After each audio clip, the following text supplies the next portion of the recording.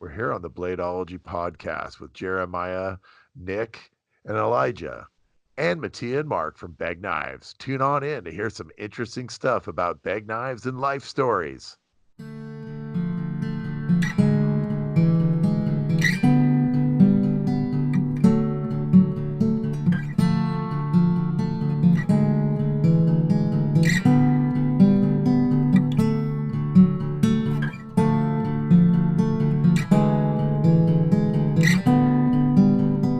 Jump into it.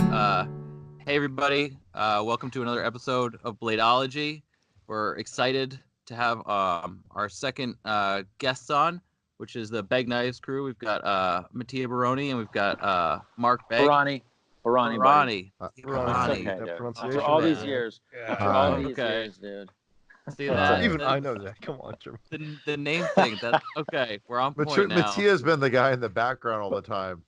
I've been used to it though. My name has never been said right the first time. Well, see, second time. This is a great chance to clarify that. Yeah, I don't hold anything against anybody because I know it's not. I feel your pain. You want to break it out with hyphens? Yeah, Elijah. Yeah. No one gets my name right. Nobody. It took me 10 times to get his name right. Yeah. I as well. I can say it now with fluidness. Elijah Isham. There's no more Isham. Isham is no longer. I still say I talk to him every day. I still say Isham. He gets mad. Yeah. Nick does. Yeah. I say Isham and he texts me back iPhone. I'm like, what do you mean iPhone? What the hell are you talking about? Oh, that's a good reference. Okay. Yeah. I like that. So this is cool. We were excited to have you guys on. Some serious players in the game. Yeah, thanks for having us. Thanks for having us.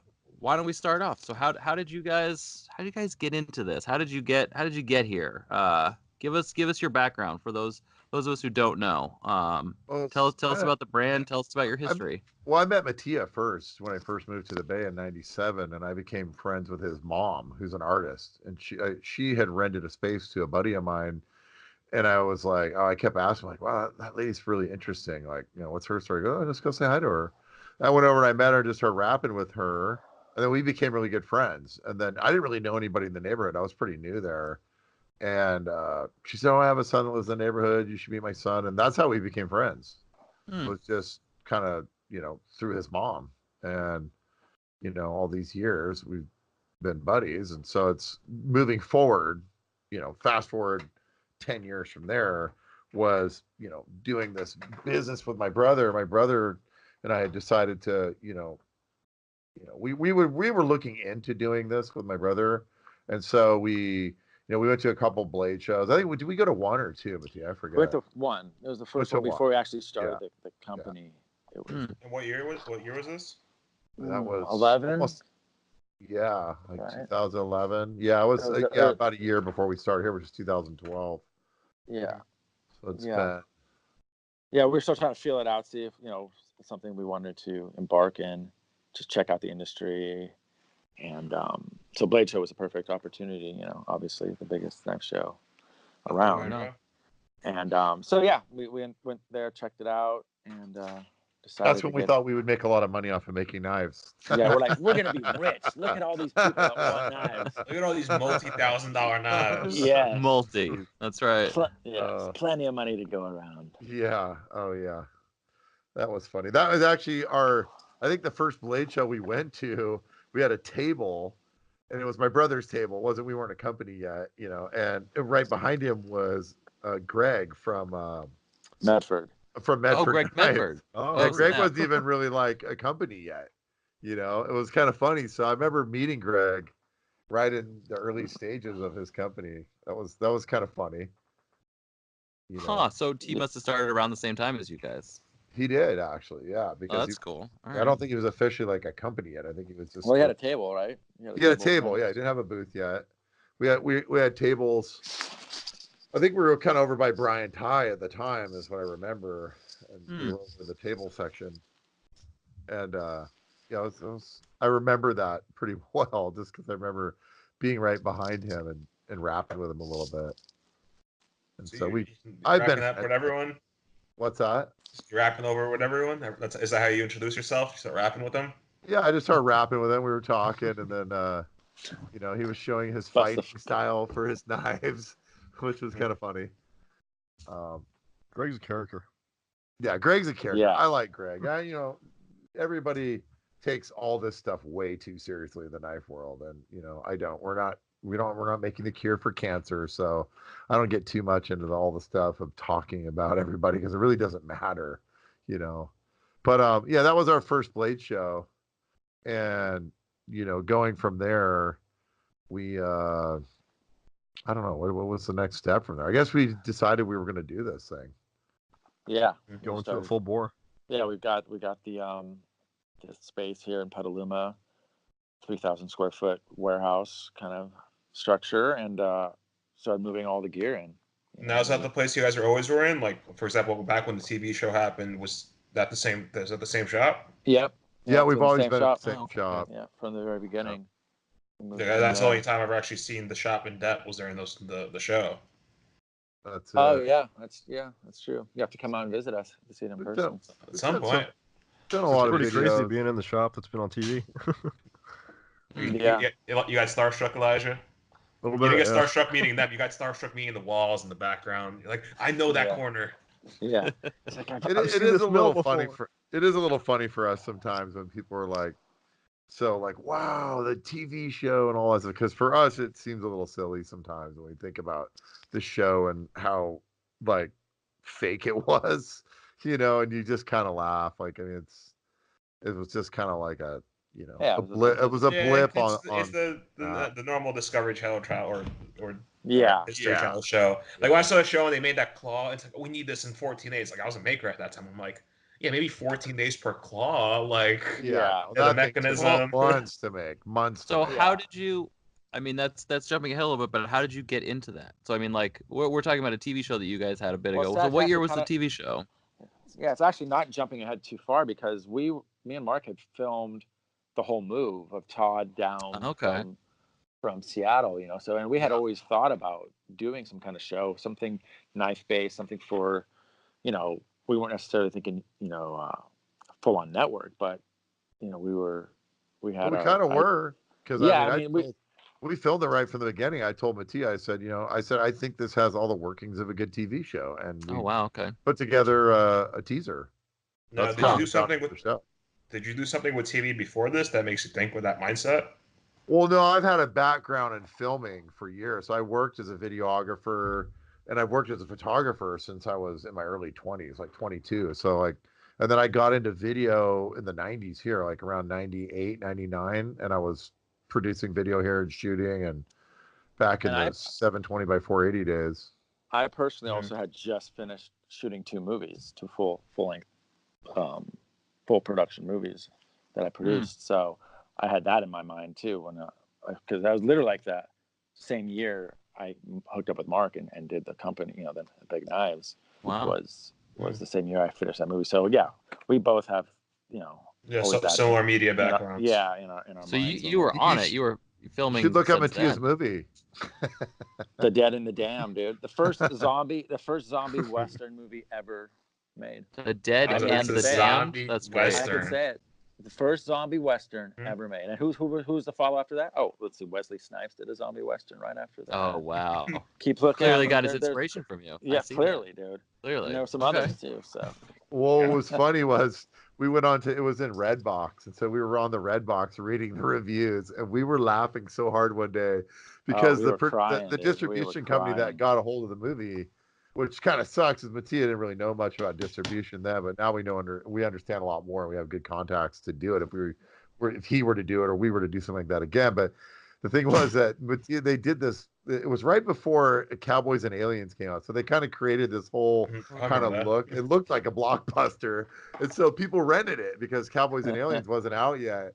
And we were reading the reviews, dude. It was, Mattia, what were some of the ones? I always get it wrong, but yeah, there were some funny ones, man. I mean, just because it was a BD movie, it was like low budget. We banned the movie for like $30,000, but it got distributed everywhere. And we got distributed Redbox, Walmart, Amazon, it's everywhere. So it made money, but of course I didn't make any of the money. But one of the reviews was if you have the choice for watching this movie or shooting yourself in the face by a gun. By a gun. A gun. That was the review. We were just cracking up one night on it. Oh, we just read reviews for like an hour and a half, and we were howling, man. We just couldn't believe some of the reviews. People were pissed. They paid money to rent that movie. Yeah. Somebody made money. Wow. Somebody made money. The whole D and B rated movies, that's like a multi-billion-dollar industry. So I was blown away, like how many people.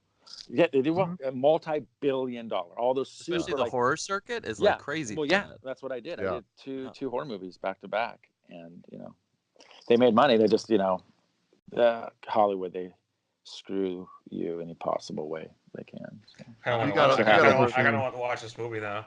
Yeah, The Damned. Check it out. The Damned. Yeah, one of the things we learned from our buddy is that there's companies that protect you in your distribution, but at that time Mattia didn't know that, so they hold it on all the legal aspects of it, and they get a little percentage that it keeps you from them. Somebody made a bunch of money off that movie because it was everywhere. Yeah, it wasn't Mattia, but which sucks. Would have been nice.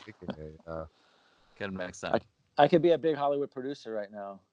And my mansion on the hills, but so you guys were you gotta make knives. You were in that mindset. So we were in that mindset. Me and Mark worked on a little edit for. I don't know if it was actually specifically. Did we do that, Mark, after we found out that they were looking for a show, or did we had already had that made and then?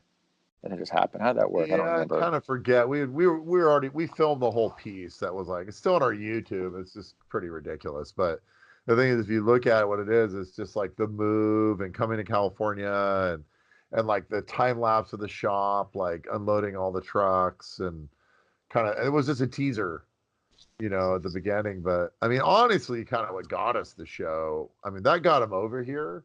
But I think once they found out the dynamic of all of us, they were really intrigued. They were sold. Like, this is awesome. It's like a kind of sitcom, like all these different, characters that kind of don't really wouldn't normally be together, maybe, or especially between Mark and his brother, and just how different they were, and they asked me, they're like, they said, wait, Todd goes, yeah, Mark used to be a model. They're like, what?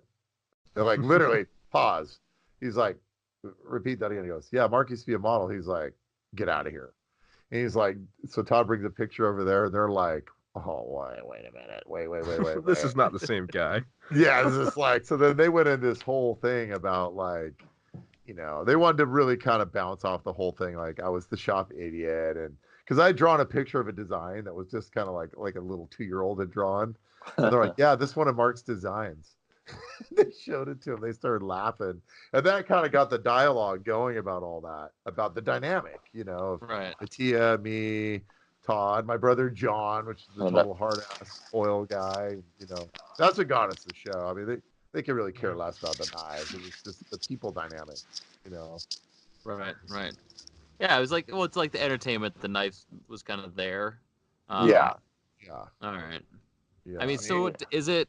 Like reality TV kind of esque. We all assume that it's, it's not really real. Obviously, it's not real, but they situationally place characters where they know that something interesting is going to happen. So I would imagine, like you're saying with the diagram, a lot of that is what people might have gotten from the show, but a lot of it obviously is not. It's not true. We know you're not. Love you. Yeah. I don't want to go too much into the show, but who pitched the idea of the claw?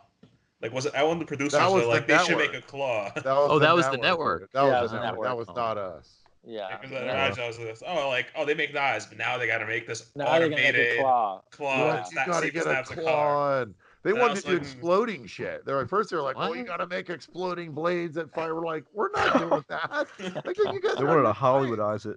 Yeah, they wanted to go crazy. That was the whole thing about. Bought that, right? No, he didn't. Well, he didn't really buy it, but somebody did buy it, but it didn't go to Paul Farina. Yeah, it was one person bought everything. A lot of people don't know this, but the whole roof of that car was fake. So like, it didn't really punch through the roof of that car. It was plastic, and they put a whole new roof on that thing, and then you punch it through, and they had the dummy. Yeah. Yeah, because I was like, the mechanism has to be pretty proper if they're actually punching through with that. I'm like, I don't no way they got that going in the amount of time they had and the knowledge. No, it was just that's all Hollywood, smoke and mirrors.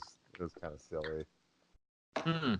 Yeah, we're glad that's over. I mean, one of the things that you realize when you do something like that is you really want to have creative control and produce your own project. Like we're working on some new stuff right now that's like we're producing our own stuff. Instead of all those stupid theatrics and all that stuff, we wouldn't do any of that stuff.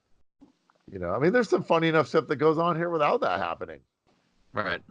Without having to like make all the goofy stuff, like putting, my brother's pipe in the molten salt, the niters. I'm like, we would never do that. I mean, come on, it's so goofy.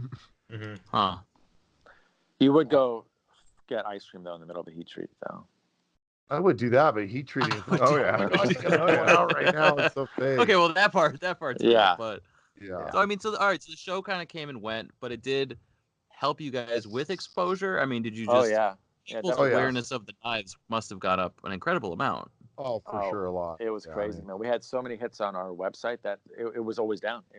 Our website went down. Yeah. I mean, we had it souped up too before we hired some new company to host it, and they're like, "Oh yeah, okay, we got you on this other server. You're gonna be fine." Blah blah blah. And they said that they haven't seen so much traffic. They like knocked it down like every day. It was down for like 2 weeks, 2-3 weeks. The website we couldn't get it. Yeah, the service thing gets tricky because even like me, I'm not gonna get that much crazy traffic, but the server doesn't cover the whole website in general. Like if there's a lot of people in the cart might be not.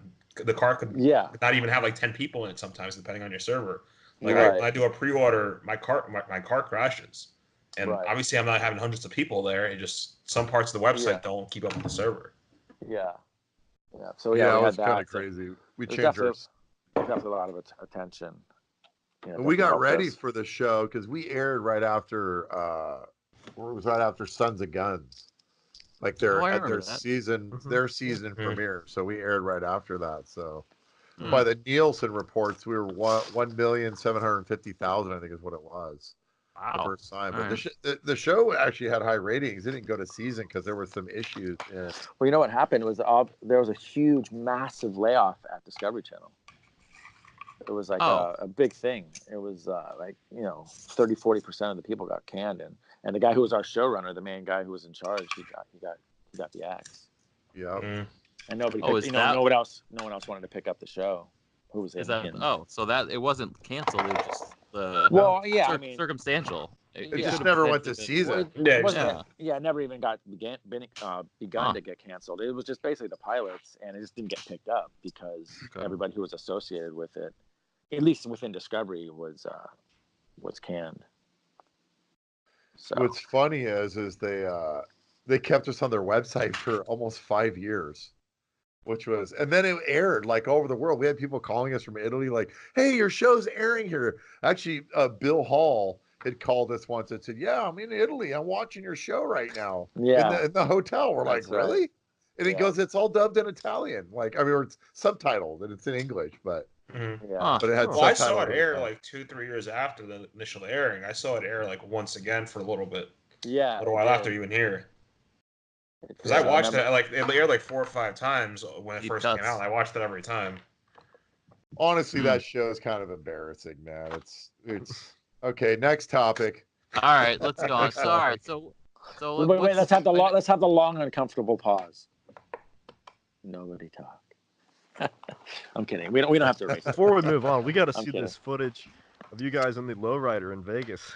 With that was another thing they shot. They shot all that, man, in Vegas. It was that epic stuff, man. Needs to be surfaced.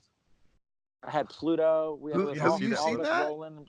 Oh shit! I forgot about that. Who saw the lowrider? Where'd you see that?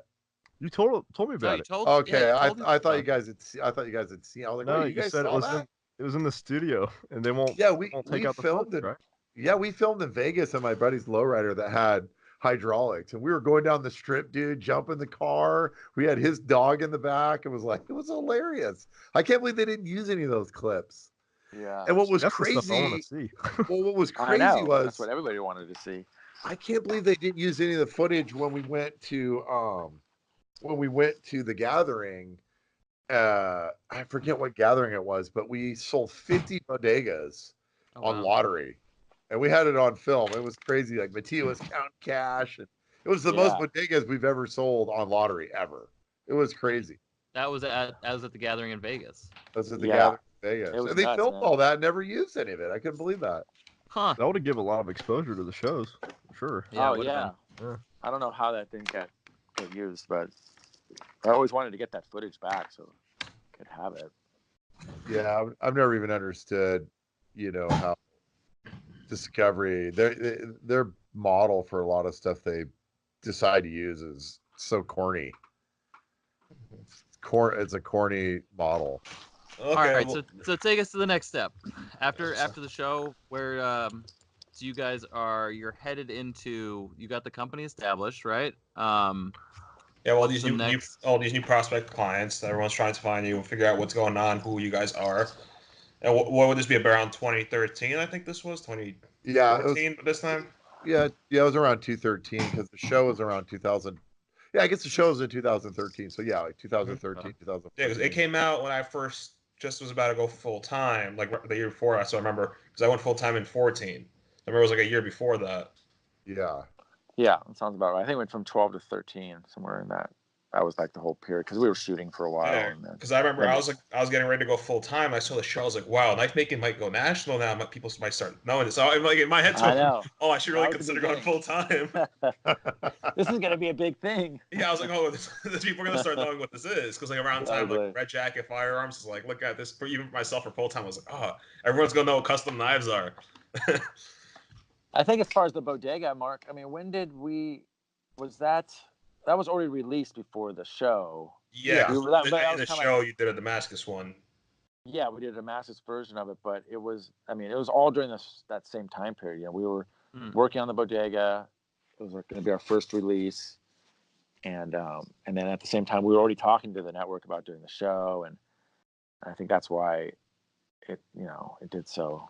One of the reasons it did so well. It's really uncanny how it happened so fast, so early in the company. That definitely springboarded us a lot. Now, as far as a brand. Did the views generate into orders, or was it just more brand awareness? Oh yeah. I mean, we didn't even sell to dealers for like 3 years. I mean, we couldn't. We were like, we trickled out a little bit here and there, like Steel Addiction, because pretty good friends with Dave Stark, and we had some Arizona when they used to buy from us, and and of course Blade HQ always bought from us, but we tried to trickle out a little bit here and there to dealers, but that was about it. Most of the knives we sold ourselves because we just we couldn't make them fast enough. Always been our problem, actually. Yeah, production's a bitch. Yeah, a lot of work, man. Yeah, I mean, me and Mark, we learned along the way. This is not. I mean, I have really no background in running a business, and anything about knives. I mean, I've always used a knife because more for cooking, because I've been cooking my whole life and really been into that. And so I mean, for us, we were just kind of trying to figure it out as we went, and working with Todd, and I mean, it was a trip. I mean, I wasn't, we weren't really prepared for it. Yeah, we're prepared. We got a business course and all this. Yeah. Sometimes that's the best way to do it, though. Yeah, for sure. Yeah, jump in head first. Learned a lot. Yeah, all of us are in the same boat. We literally, I had a little bit of a business course, like one semester, but besides that, none of us are all just winging it. Yeah, day by day, figuring it out. Exactly. Best way to learn something is to learn it yourself. And then soon after that, you guys came out with the Glimpse. Around 14, 15? Yeah, somewhere around there. Yeah, it was our second. It was probably around like early or mid 2015 we came up with the Glimpse. And it's kind of crazy to think that we did the bodega for 3 years without any other knife. Wow. One model. In that whole series, I remember when the Glimpse was coming out, there was always the Field Marshal on your site. Those were never really made. I know a couple got made back before, but the Well, ones on your those were site were all. Bokers. Those were Bokers, and so I we think you're had, talking. Yeah, Oh. yeah, I we think you're talking about the modified Boker some ones. Bokers. Yeah, you guys were jeweling them up and stuff like that, but I never really seen Yeah. any customs around that time. It was just all like modified No, Bokers. no, we never really made a custom Field Marshal. We just did the Steelcraft version. That So was pretty Boker recent. was making one of the field marshal. Yeah. Yeah, they made like a cheap one. It was like, I don't know, $100 or something. I had one of those. Yeah, it Remember. was Was pretty that junky. technically the first collaboration, like with a full production company? No, Todd had done that collaboration years before he came down here with us. So Oh, okay. that was All right. already a standing. Yeah, that was already collaboration. established. Okay. We were getting them really cheap from them, and then we were just modifying them, but they were pretty junky. We made them pretty good when we took them and modified them, and we put IKBS in them, and because the liners were thick enough to do that, we put IKBS in them and jeweled them and stuff. They worked pretty good, but they're still pretty junky. They weren't that. I mean, that's probably part of the spark though that led to Steelcraft. Probably looking at those and thinking about those. Like, wait a second, an inexpensive knife. What a concept. Yeah, right. Something we're not making. Yeah. So that led into the thinking about like Steel production, craft, about moving from full custom into something that's like can be produced for the masses, so people can sort of attain a design at a price point that's more reasonable for the every person, so to say. Yeah, I think when Every I first saw David Dang's knives on Fort Henry's website, and I was like, "That's $200," and it was like they were kind of like popping up here and there, and I asked him to send me one, and they sent me one. I checked it out, and it was I still have it, dude. It's kind of as a sample to show where they were at, where they come. It was like had blade rock and had no pocketing in it. I mean, the thing was just like it was like a little brick. And I said, well, this at the time though, because nobody was doing stuff like that, we were impressed. We're like, wow, this has promise. And I started writing to him, but I was using a Chinese translator. Like I wasn't even, and so that was kind of how that whole thing got started. Because like I remember like I brought that knife to work one day and I showed everybody like, whoa, I can't believe they're like, oh man, that's it, it's over. Everybody was talking like that. I think all that stuff's kind of subsided a little bit though. I think it's definitely calmed down a lot. And I don't know. People are getting more and more worried about it now because everyone's just making less customs and are just collaborating with them. The line is starting to blur a little bit. Yeah. Yeah. More high-end materials like Timascus and stuff they're making. So I don't know. Yeah, it's interesting though because you see more people wanting cheaper knives. The market seems to be really going that direction. Yeah, well, especially with the advent and popularity of CNC, like it's getting to the point where the tolerances are so high. The production numbers get to the point where the cost goes down, and people are excited to get that quality for that price. I mean, that's you can't fault somebody for that. That's people want awesome stuff, and nobody wants to pay that much for it. Yeah, awesome stuff as cheap as possible. David Dang around that same time. Yeah, that's right. We're doing this. Are we doing this? That was the night. We're doing this. Nick brings this up every episode. Okay. Nick's got to bring it up. You got to bring it up again, don't you? Nick's like, screw you guys. I'm just showing you guys. I'm not getting into that now. So you guys saw, or you got this Do a knife. long pause after that. Yeah, wait.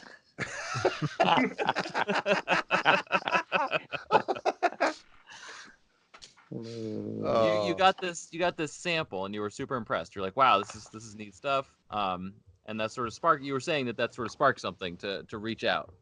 Yeah, well, it did, and we were like, okay, but we knew that there was going to be education involved, so we were like, okay, so can we educate them? And the one thing I'll say about David, he's a hungry guy, and he really wants to know how to do stuff. He doesn't kind of have an attitude like I know it all, and send it to me, and I'll show you what I can do. And he was like, well, I'd be happy to get all the information you can send me.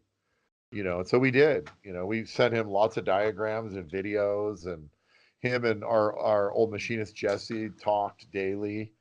And so we exchanged a lot of information Because like all that stuff we did with the polished trims and all that stuff, David had no idea how to do any of that stuff. We had to show him how to do climb milling, and we taught, he got to look at radius files, like, because, we did all our own 3D. We even prototyped all the knives that we sent him. We didn't have him do any of the prototyping. Like, you could probably send David a drawing now, and he could probably make something for you because he's lots of experience now. He's got that skill now. So you were prototyping, and then he was almost reverse engineering from what you were teaching him, essentially? No, well, he was looking at our files, Okay. and then we were telling him, like, okay, here's how you do the trim. Here's the steps. Here's the stages. Here's how here's how you climb mill. Here's, all the coding stuff. We taught him all that stuff. Like, he didn't really know to, like, do, take stuff and code it and then remachine it and all that stuff. That was all, like, a process he learned because that's how we wanted the knives made. And the thing was, even double disking. I mean, he wasn't double disking blades after heat treat. Yeah, well, what it was okay. So when we got all those Quakens, they were like, we took a lot of them apart and modified them to make them, kind of put our own twist on them. And the thing is that when we did that, we found out that the blades weren't really straight. They were bent to look straight, but they weren't really flat. And we're like, oh shit, like he's not double disking these. He's just like bending them to look straight, which is fine as long as you never end up in a situation, because we were flat sanding those blades and trying to get them even on his head. We're like, God, these aren't flat. They look flat in the frame, but they're not. And I asked him, I said, are you like surface grinding these or like, what are you doing? And then I explained to him the whole process of double disking. And if you use a surface grinder or like a Blanchard, the magnet sucks it flat. And then when you let go of the magnet, that you still got your bend in the blade. So I kind of told him the process of how we do it, how we heat treat, we undersize our pivot and our detent hole, and we oversize our lock ramp. And then, we heat treat, double disc, and then we wire EDM and reallocate all those locations. And so he listened to me and he went and bought a double disc grinder. I couldn't believe it. I was like, holy crap. Wow. He's like, I said, here's the deal. We want all our blades flat. We want the flats hand sanded from now on everything. We're like, unless you want to lose your mind, you better go get a double disc grinder, because flat sanding everything is going to be so hard. And then trying to bend the blades to look straight, and and he learned a lot from that. He listened to us. I was surprised, because it was like, those first Quakens, they didn't have flat sanded flats. I mean, the only ones that did were the ones that we did. And then shortly after that, all the knives that came after that, we said, no, we want them all done like this now. We were the ones who pushed him to do hand satin blades. I don't think after he did, 500 of them, he was probably like, I don't want to hand satin blades anymore. I'm not doing that anymore. Yeah, that's a bad idea. Bad idea. I mean, it shows you where his mindset was, though. He wanted to make a quality knife. He did. He wanted to learn. That's the cool thing about David, that he definitely wanted to make the best knife that he could make. He wasn't trying to do the cheap Chinese crap. Yeah, just like Joe. Yeah, just like Joe. Yeah. Yep.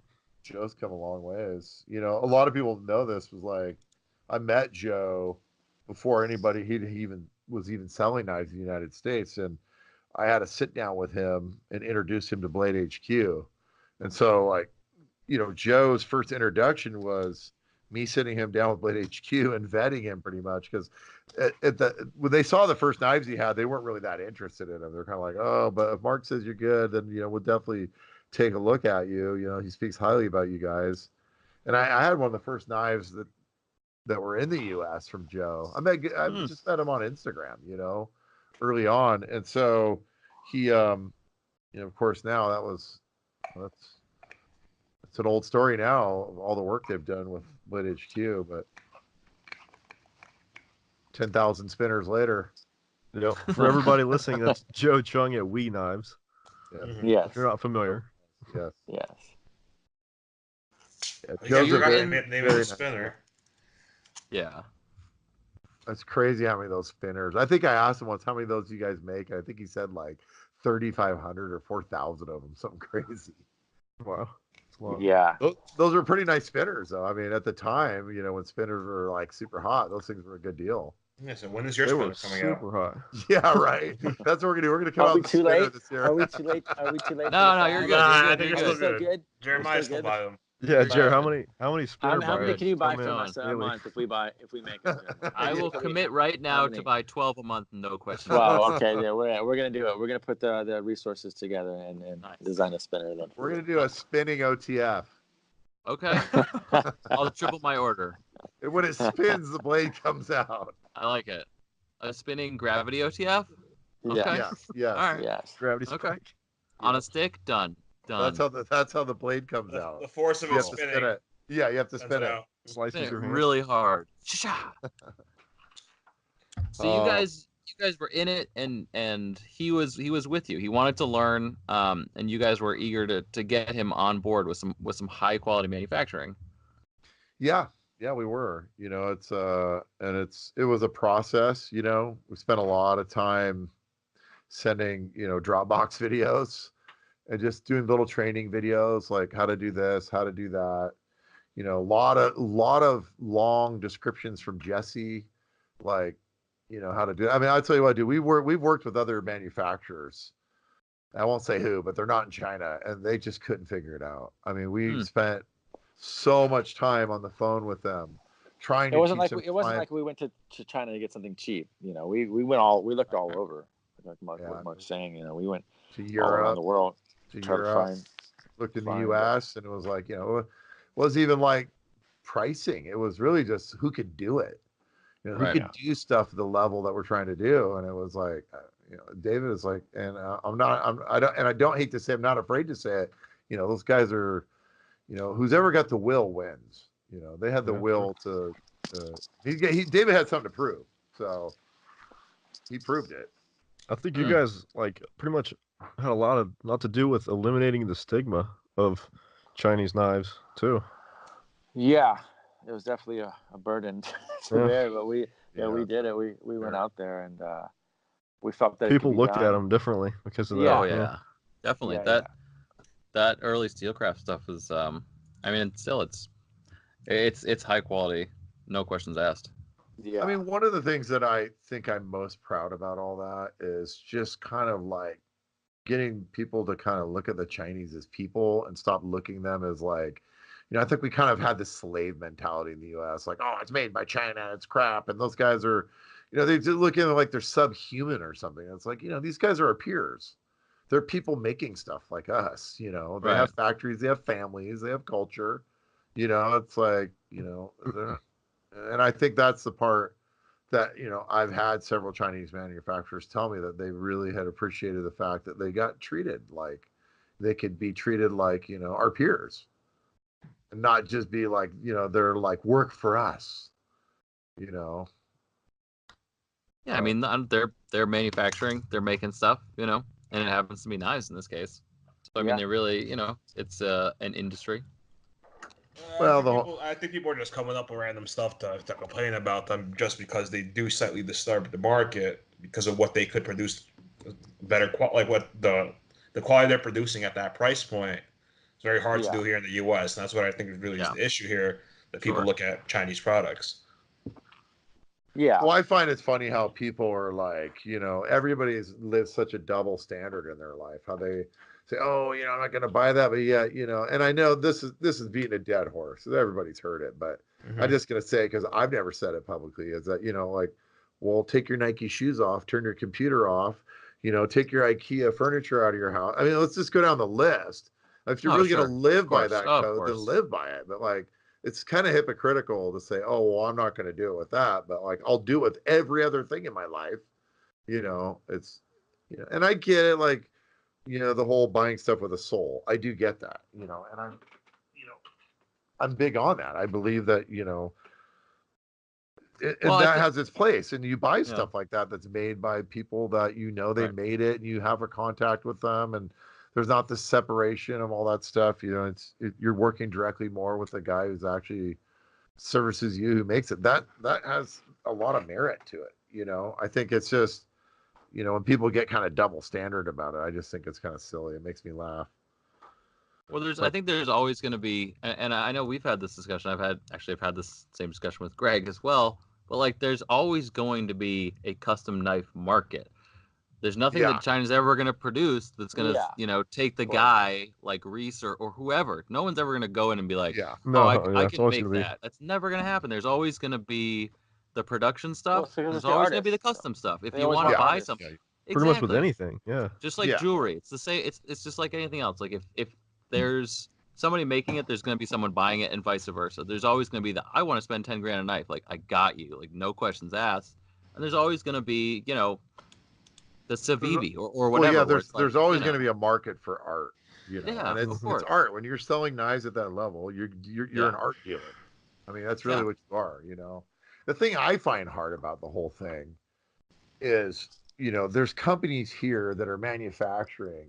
This is something that never gets talked about, is the whole 4951 rule that, like, oh, if you can show yeah. on your books that 51% of your costs, it's done in the U.S., you can call it made in the U.S.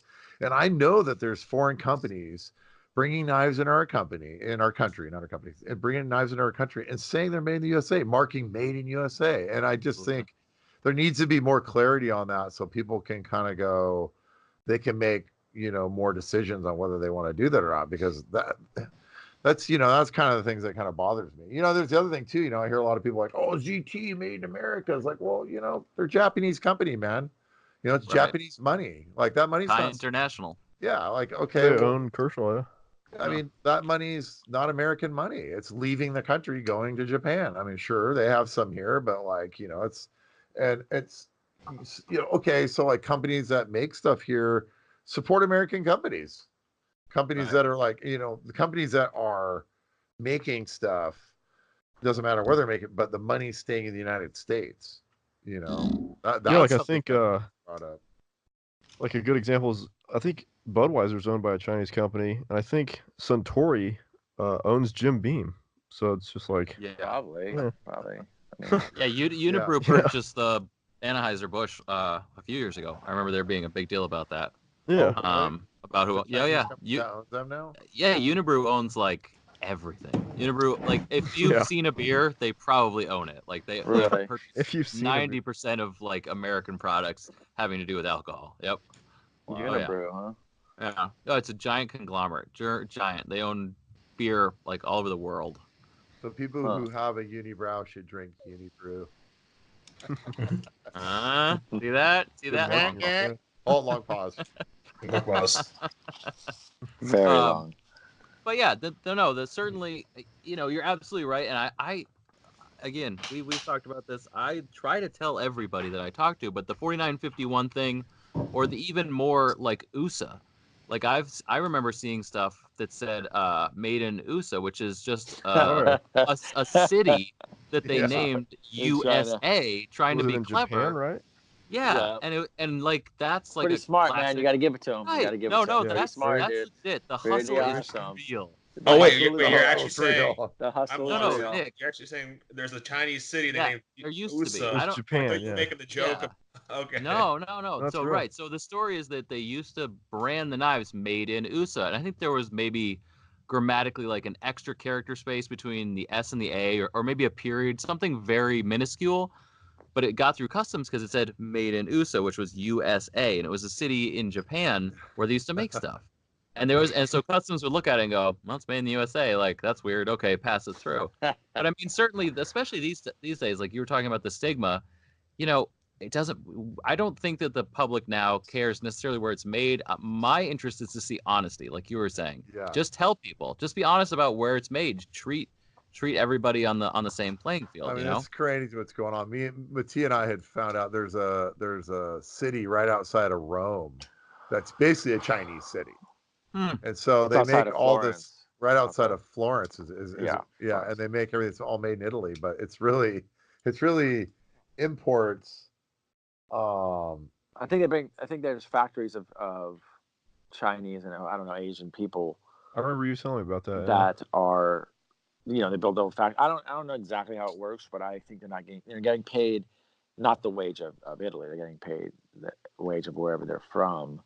And in factories in Italy, making all the fashion, making all the bags, making all the, all that Wow. stuff, because there's not, Being Italy around the taxed it, loopholes. of course. Yeah. Yeah. I mean, and if you notice, there's a lot of all the companies from other countries in Europe, like all the French companies, all like mostly fashion because that's what they're all about over there.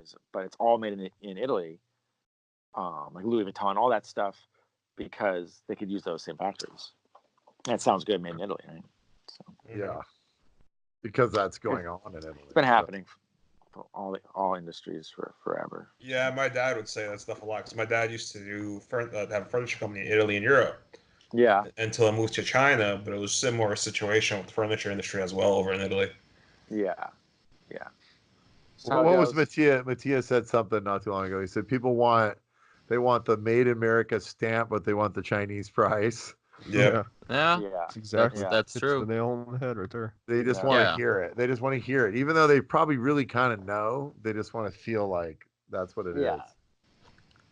That's Yeah, why I have always a- say yeah. it doesn't matter if you're selling a $10 product, a $100 product, or a $1,000 product. For some reason, people always compare all those three as a $1,000 product. Like they assume everything is always the best, but they're not ever factoring in the price, which is also an odd thing where I look at it. It's like you can't always assume the best when you're buying a $10 item, when in reality they make $100 version of that and a $1,000 version of that. That there's a reason for that. That's kind of why I laugh when people send me a picture like, these guys are knocking off your knife, and it's like a $12 Chinese knife, and I'm like, well, I look at this as free marketing. Yeah, It's really. like, Because my somebody's going to God. see it or buy it Yeah, and then be it's like, I like- want the real thing. I don't think that's gonna hurt us. It's like Yeah. we bought a couple. They literally fell apart in our hands. Yeah. Yeah, those Sounds don't right. matter too much. Like, No. like I even got even when I an got to early collect, bodega. I got Early an early release. bodega. Yeah, Yeah. for one of the. I think I got the first prototype, or not the first Yeah. prototype, but the first rendition of it from China. It's pretty awesome. I think So- MTech had copied one of Todd's early knives, man, and they were like just totally bold about it. And they knew Todd, which was so weird that they did that. I think it Wait, was the that a fixed blade? no, they copied the I think they They copied copied- Field Marshal. no, they copied the what is it? The first folder he made. As for the Pantera, was it the Pantera? Huh. I think it's called the Pantera. It's an Yeah, they early one. copied that. I have one actually. It looks pretty good. It's cheap, but it's actually done pretty well. And they knew Well- Todd, which Well, was they crazy. knew Todd, but that's how my dad used to explain it to me is like they don't see copying someone as something wrong because they consider everything open source. Yeah, That's what They I. have- You know what? That's what I think too, man.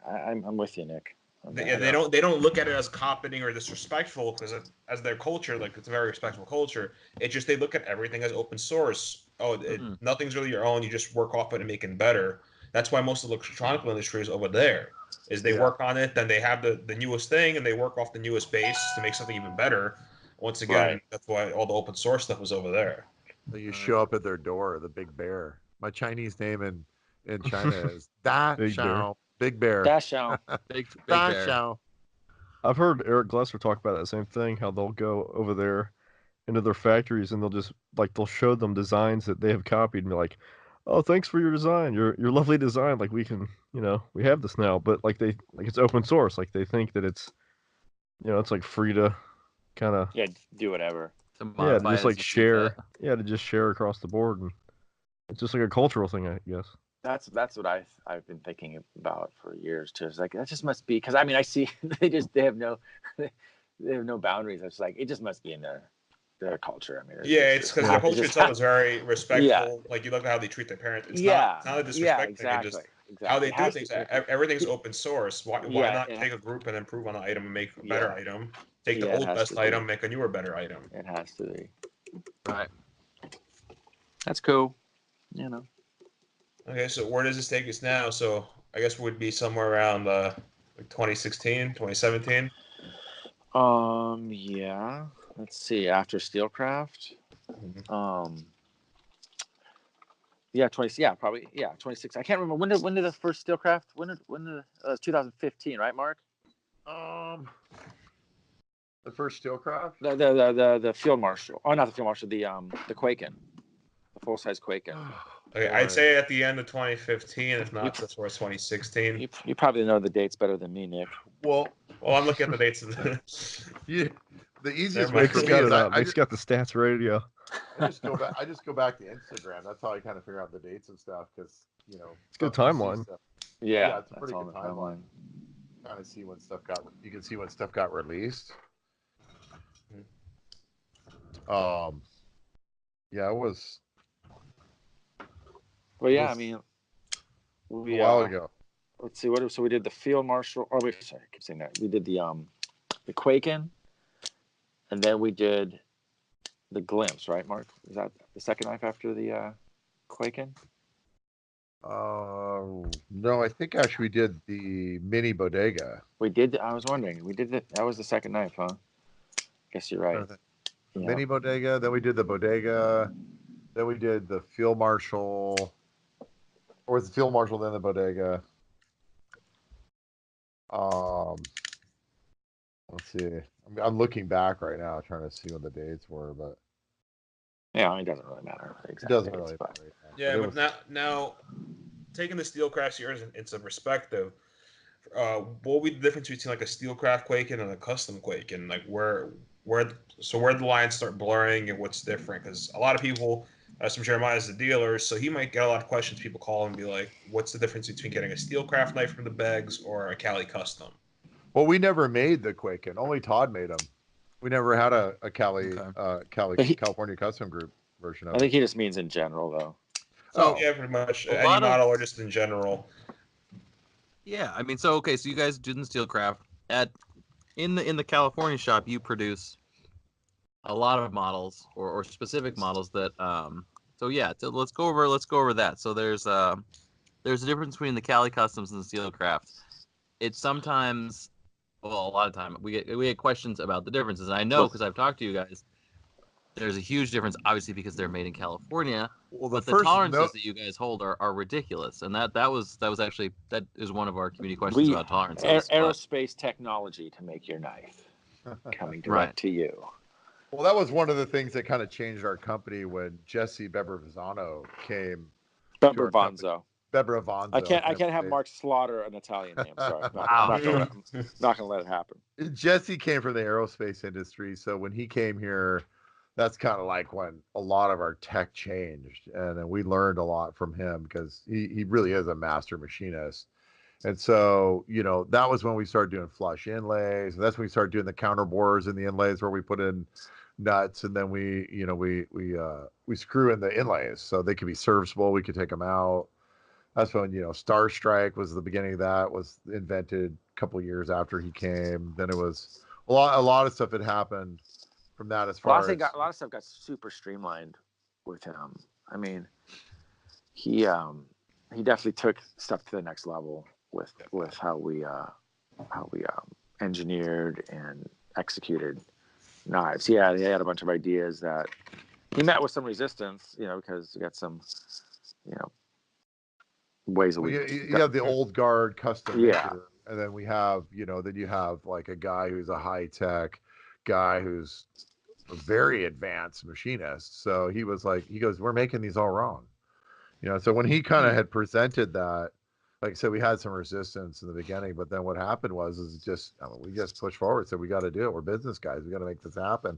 And that's when the whole wire DM kind of took place, and we started coming up with these new processes, and that changed everything because then we started building knives like aerospace.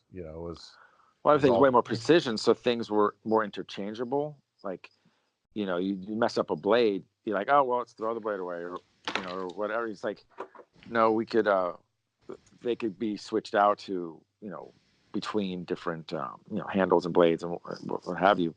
You could pull another blade off the shelf because the blade was wire DM, and all the critical locations were exactly the same. So you're not hand doing all those critical locations. So when you pull one off a shelf, it's exactly like the last one. And I've had a customer, Greg Rangel up from Seattle, who bought a lot of knives from Daniel up there, which is Epicurean Edge or whatever. He was like, he told me, he called me, oh man, I know this voids my warranty, but I can't help it. I took your knives apart. I switched all the blades around. They all fit. And I was like, I know. Wait, yeah, I know Greg. I've talked to him before. It's kind of a bittersweet thing when you hear that because you're like, oh God, another guy pulling the knives apart, But then, it was kind of funny because he was like, I can't believe all these blades work with the other knife. I said, well, that doesn't necessarily mean those wired EM blades are going to work with an older knife. I said they're all in the same batch, and they're all done on the same run of the wired EM. So yeah, they do fit. So I've had people do that with my Wii collabs. Like somebody got an Arrakis that they didn't like the blade on. They're like, I'll just switch it, and they got the other one and did that. I'm like, whatever. I guess that works for you. That's been a long time goal of mine as a maker myself. I'm still not there. Everything has to be fit to each other, and then when you start switching stuff up, it just sometimes it works, sometimes it doesn't. I'm not confident enough to send a blade to someone and be like, here, just put that on your handle. no, Right. But everything has to be hand fit to itself. We tell people straight up, you take your knife apart, avoids the warranty, because it's like, we'll work on your knife, you send it to us, we'll fix it, we'll tune it, whatever, but do not take the knife apart, because the bolt-on lock is, and here's something a lot of people don't know. This is one of the things that separates the offshore from the custom from our shop, is that, you know, we have modular locks, and those locks are located by precision standoffs. And those standoffs are like, you know, they're in the tens for those things. They're very expensive. They're $1.25 a piece, and we have them turned. And that's what locates that lock. And they really need to be tapped out. So people go and take the knife apart and they pry the lock off. Well, it's like, as soon as you start prying the lock off, you're really kind of affecting the potential tolerances of those standoffs. Throws everything off. They start to wallow out the hole. They can. I mean, usually if you pry the lock once or twice, it doesn't. You might be able to do it 10 times. I don't know, but we just don't do it that way. We put it on a block and we tap them out. And so, like, you know, I kind of cringe when people are taking their bodegas apart, because it's like, you know, I really don't want people taking them apart. You know, I get it. If people want to do it, that's fine. If you're okay with it, you're convinced that. But what happens is people take knives apart, they jack them up. They're like, there's something wrong with my knife. And then send the screwed up pieces back. Yeah, like, fix this. And I look at the screws, because what a lot of people don't know is when we build a knife, we have build screws. And we build up the knife, get it all to the final end for the finished assembly. And then when it's like tuned and ready to go, we take all those build screws off, and then we put finish screws. Oh, that's clever. All right. And so when they tell me I didn't touch it, and I look at the screws and they're all marred up, like, you're like, liar. So you guys use titanium smart. screws? What's that? You guys use titanium screws? No, we use steel. We use tie for some stuff. You know. Okay, no, because I do the same thing. Since all my knives are usually titanium screws, I have build kits from steel, and then when I finish them, titanium. But you turn the titanium screws twice and you tighten them, they instantly put up a burr. So you guys also tell, if I start taking knives apart a lot, or using a T7 with the T8, then you're just ripping out screws. You could tell right away with the titanium. Yeah. It's you know, it's kind of funny. I've heard it all when people say, "Oh, I had some guy actually email the other day. He said both of my Steelcraft Quakens have cracked lock tip inserts." I was like, "Send me a picture." So he sends me a picture. It's the wired EM cut. They're both cracked in the exact same spot. I said, those are cut with a wired EM. That's a wire cut, buddy. He was like, "Oh, okay." I got you. He thought he said great. Now, since you guys have a lot of knives out there over the years, is there like any warranty work that sticks out to you? Because I have one in my mind right now that stuck out. Like, is there anyone that you guys got in the shop where like, holy shit, how'd that happen? Oh yeah, I mean, I get people send stuff and they say, "Oh, I broke when I just opened it. The screw popped off." I'm like, okay. Oh, yeah, that's right. One of them. That's right. What was it? Something? No, it was a ball bearing from the IKBS popped out. What? Yeah, that's my favorite one. Like, oh yeah, they all fell out. It just fell out. It just popped out. Oh, you didn't take the knife apart. No. It was just they just popped out on their own. I was just shaking it. I was just shaking. They all just popped out. Yeah, the IKBS bearings. Okay. You know, sure, because that's possible. I had a similar thing except with cage bearings. I had a knife come in. So I was missing one bearing, so the knife was just flush blade to handle, and just rubbing on the handle because there's no bearing on one side. He said it had stick and it got gritty. So I got the knife. One bearing was missing. The lock, he was trying to fix the stick. I could tell he took like a Dremel to the lock face on the titanium. This is a little gritty. It's missing a bearing. The bearing is gone. The lock face is all like Dremeled up, and the stop pin was different. It was like it showed up like this. I swear. Yeah, he's like kind of like that. I'm like, "Are you the first owner?" He's like, "No, I'm the second owner." I go, "Okay, who's the first owner?" This guy. I'm like, "That guy's 4 of my knives. No way in hell did he do this." Right.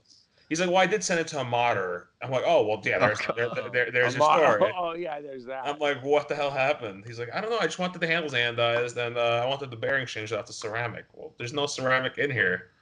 I'm like, okay. Yeah, I've heard and seen it all, man. When it comes to returns, let me tell you, Mhm. or just service stuff. You can usually weed people out pretty fast. You can tell by their story. My favorite one is like, I'm like, send me a picture. Let me take a look at it. Yeah. And it's like usually the picture tells the story before you even like get anywhere down the road. That's like, oh, like first of all, the knife's apart. First of all, there's that. There's the first problem. Red flag. So I'm red right flag, under you're there. working on the knife. Yeah. It's like, I mean, I wouldn't go buy a new car and pull the engine apart and then bring it back to the dealer and go, you guys jacked Hey me. man, there's something wrong with this, dude. Okay. It won't Look, start. okay, The engine's not in the car, so that might be an issue. That might be you guys. Yeah. I just got a new car, and I've already taken a lot of it apart. So that's Okay. each their own. Yeah. Okay. Yeah, it's strip at your own risk is what it should say. Right. Well, I mean, that's the warranty thing. Like, look, if you take it apart, that's on you. Like, don't, whatever. You triggered me earlier, Mark. Are you triggered? Let's Are you strip. triggered What right is now? it, strip? But so you briefed over, and I know Nick wanted to ask you a lot about your manufacturing process, but hit us with the Star Strike. That stuff blows my mind, man. Like the materials about coming that, out of the yeah. California shop are totally mind blowing. The way you finish synthetics and the synthetics that you guys are creating, I don't think enough people know about it and they understand don't. how crazy it is. Yeah, Like, your I'm like, oh, brother- these Without guys giving make away this too stuff. much. Without Actually, giving your away brother too said much, talk your about brother the said- Star go Strike ahead. process. Well, what No, was yeah, funny was your brother Josh said the is funniest thing ever to me before. I kind of told him like how we make that. He goes, "Oh wow, man! I thought you guys just bought that. It was like plastic." Yeah. I was Right. like, really, Josh? Thanks, buddy. Thanks, bro. That Thanks. makes me feel great. He goes, "Well, I didn't know. That's awesome. Now that I know the story." Yeah, Yeah, so you guys are developing all sorts of stuff down there. Tell us about it.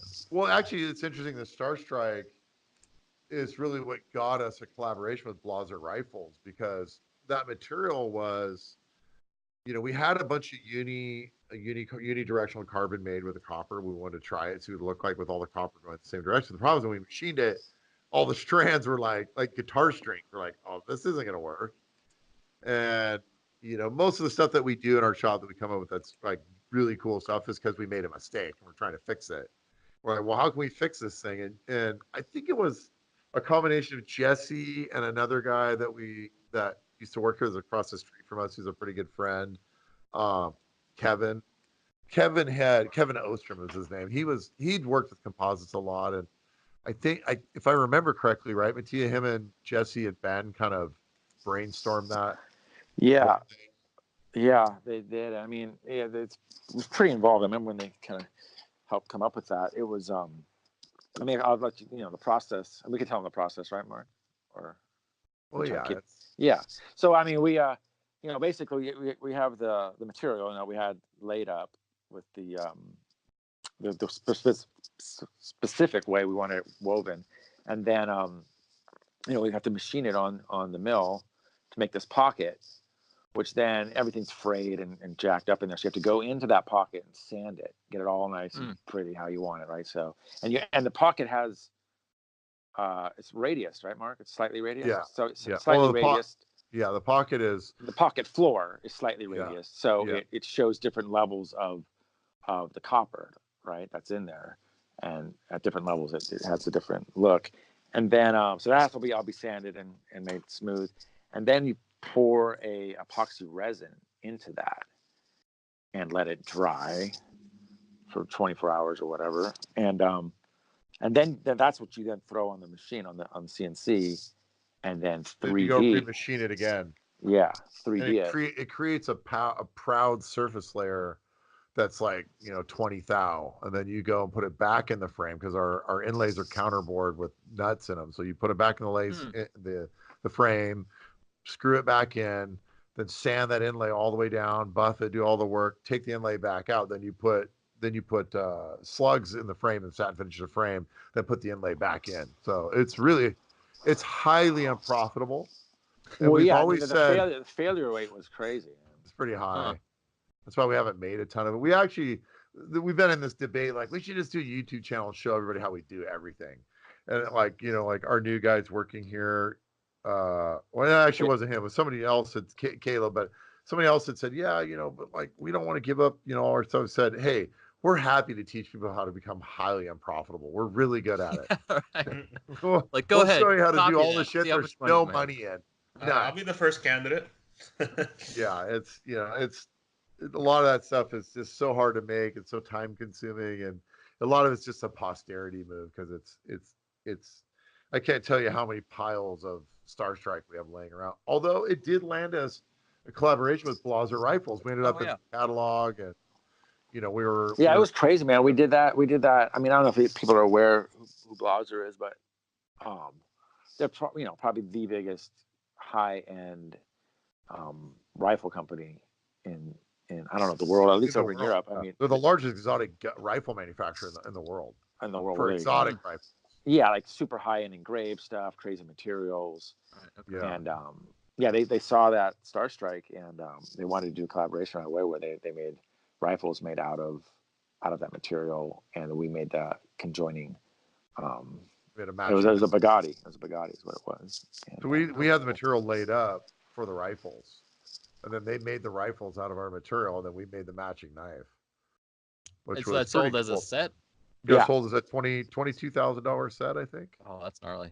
Something like that. They sold a lot of, sold like 10. And we got to IWA 2 years ago, I guess, and we get their catalog, because they host that show, and there's I think there was little trolley carts or whatever with their names all over it, but we all got their catalog, and it was literally you open the page and there's the knife and the gun together, like the first page you open, boom. It was pretty cool. It is neat. That's cool to have like a knife and a gun set like that. And how many did you say were made? Not that many. Not that many. It was under 5 that I know of. Here you go, look. Post that. That's neat. Look at that. Huh. Oh yeah. Yeah, there's the. Mark had it at the ready, just waiting.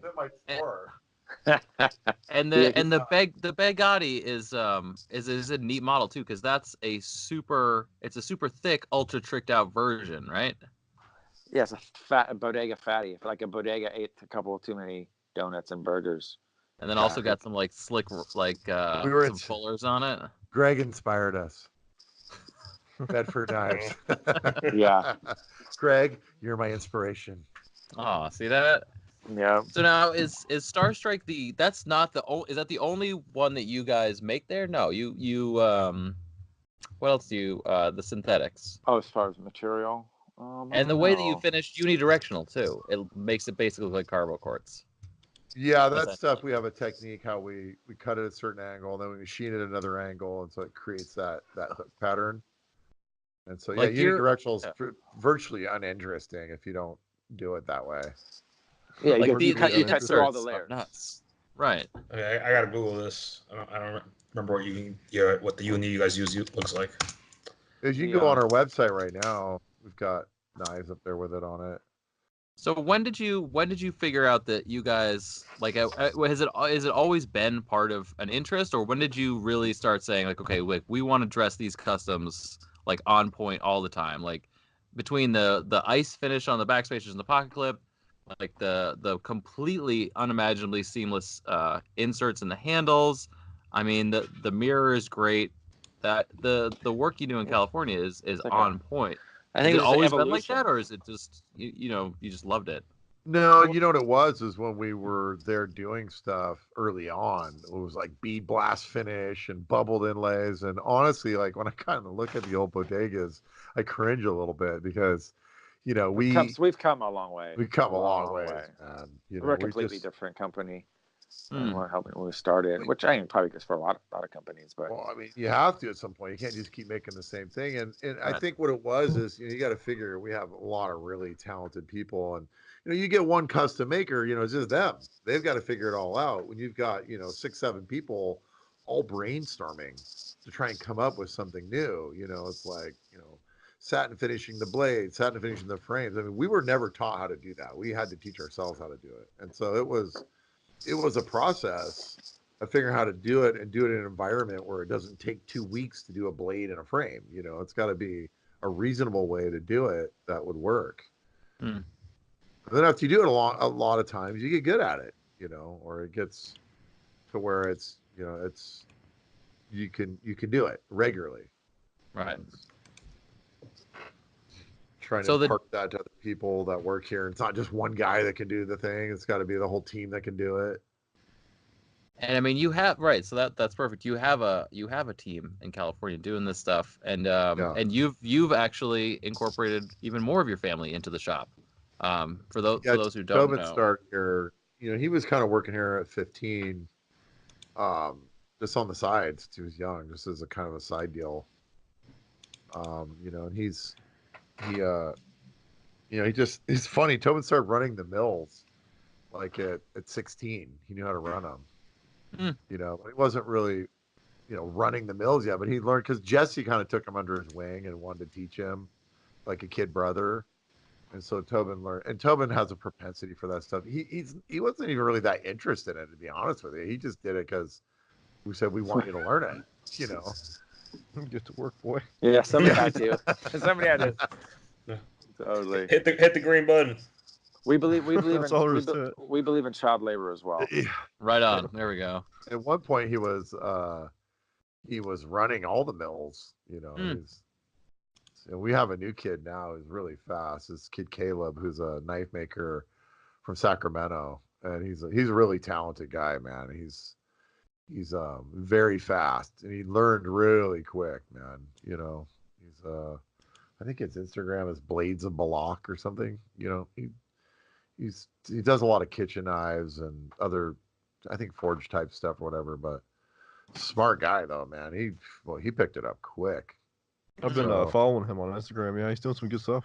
Yeah, he is. He definitely. you know, it's nice getting somebody who's just so stoked to be working on knives, and that's their Yeah, they gotta passion. have.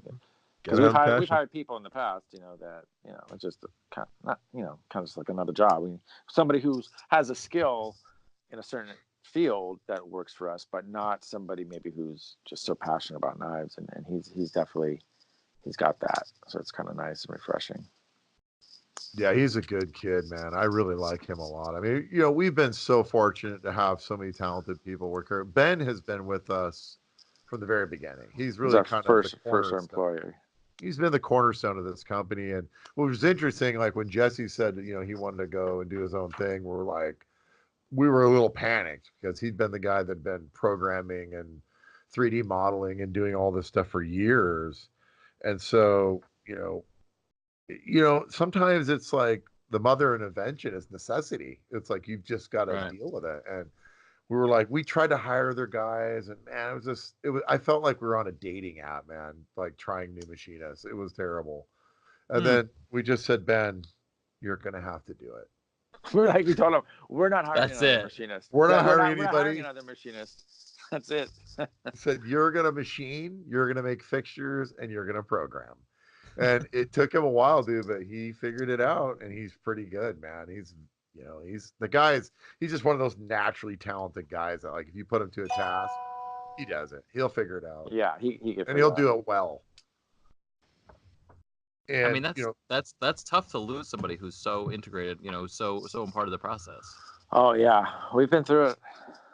You know. And you guys just keep going, which that's ideal. Yeah, we persevere. It's been a long, hard road. We're like cockroaches. Sure. Just keep coming back. Yeah. Just scurry and keep going. Yeah. So Yeah. At what point did and I hope this isn't jumping forward if you were to lead into this, but at what point did you guys get involved with JVO? Was that how did that happen? At a Joe show? keeps asking or- all my questions for me. Yeah, it's like I'm we just- kind of had our own Let questions Elijah to ask All it. right, Elijah, Elijah, you jump ask the up front. question. Okay. sorry, He go keeps ahead, jumping the Elijah. gun. Okay. Let's I was do an just edit. about to We're gonna ask do an that. edit. Let's do an edit here. Everybody's silent. Let Everybody's Elijah silent. say something. Yeah. So, how did you get involved with Jared? It's funny you should ask. Funny you should ask. I didn't hear a long enough silencer though to edit that. No, it's all good. Uh, None of that's getting edited. Actually, it's interesting because my buddy Eric Vogt, who's a photographer out of Hollywood, who's become a very good friend of mine. I think he's Eric Vogt on Instagram, and he kept saying, "Oh man, you got to work with JVO. You got to work with JVO." Blah blah blah. I was like, "Listen, dude, if you will leave me alone, I will call the guy." Okay, because he was hounding me, and I said, "Okay, okay, okay, I'll give it a shot. I'll give it a shot." And then Jared and I just got to talking. I remember a couple of summers ago, and then we just hit it off personally because Jared is such a nice guy, man. And we talked a lot about this new design, and the first drawings came in. I was kind of like, we had a uni inlay for so long that we were just tired of making one big inlay like the bodega. And he was sending me all these drawings. And I said, Jared, you got to put two inlays in there. We got to make a bolster for this thing. And that was kind of the birth of the bolster. That I actually designed a lot of that knife with Jared. I had a lot of input on it because we were very specific of what we wanted the osteo to look like. And in the course of it, Jared and I had just become really good friends, and at that same time, he had already had the Mandara kind of designed. He designed it right after that. And so, he had gotten enough influence from working with our team, because Jared, I'll tell you what's crazy about that guy is he makes a 2D drawing that is exactly to spec, dude. Like it is, you can photocopy that thing and bring it right into your 3D software. Yeah, I was really impressed when you showed me those 2D drawings, pencil drawings. I was like, wow, that's impressive that you could draw it like just as good as a CAD file. Well, does he have a draft? He has a drafting background, doesn't he? Yeah, it's a drafting background. You'd almost have to. He's a builder, so he draws up stuff for CAD, for not CAD, but I mean for hand drawn stuff for building. So blueprints. It definitely shows, yeah. And his drawings, they are technical blueprints. It's unbelievable, man. Like even like my 3D guy who does our 3D work, he was like, his name's Wyatt, by the way. You give him a little plug. He's an awesome kid. He's very young. We have a couple different guys. I wonder how you got involved with him. Oh yeah, that's right. Thank you. Yeah, wait, we know Wyatt because of Elijah Isham. Yeah. There we go. Matter of fact, that was another godsend, by the way. I need to give a plug for Elijah on that because when Jesse had left, we didn't have a 3D guy, and we're like, Elijah's like, well, I got this guy, I'll hook you up with him, and so we hooked up with. He's young, dude. He's like at the time he was 18. He's like 19 or 20 now. I remember you wanted me to do it. You're like, can you do the 3D on this? I'm like, probably not. But I had this kid. At least you're honest. Just a couple months before that, this kid out of the blue just was like, hey, I like that design. Can I render that in 3D for you? I'm like, sure, go for it. And he did. And I was like, whoa, this is like impressive. So I think that was a big turning point for us because we realized, wait a minute, like, okay, we've been kind of over the barrel with like one guy for years. And what we learned as business guys was like, if you get team players, there's other people. You can get other programs. We have two other 3D modelers now. And it's like, it's not the end all be all with one guy. It's better to have several guys so that you can spread yourself out a little bit. And you're not over a barrel. You're not in a situation where if he quits, you're like, oh, what do we do now? So that's when we really dream work. Well, what we really learned at that point was that how to become producers, like just like a movie producer, or executive producer. They pull all the people together and they get the talented people to make something, and that's kind of like Mattia and I have been kind of the the cornerstone of this business for years because we're good at getting talented people. And we have a good eye for it, and most of the people we've got have been very good. We've had a few flunkies here that came and gone, but not those many. Awesome. Those are awesome. Those are the ones you remember. Yeah. Now, So you guys are doing a lot of recording. Every time we're around with you, there's always the fuzzball you're holding, walking around recording everything we do.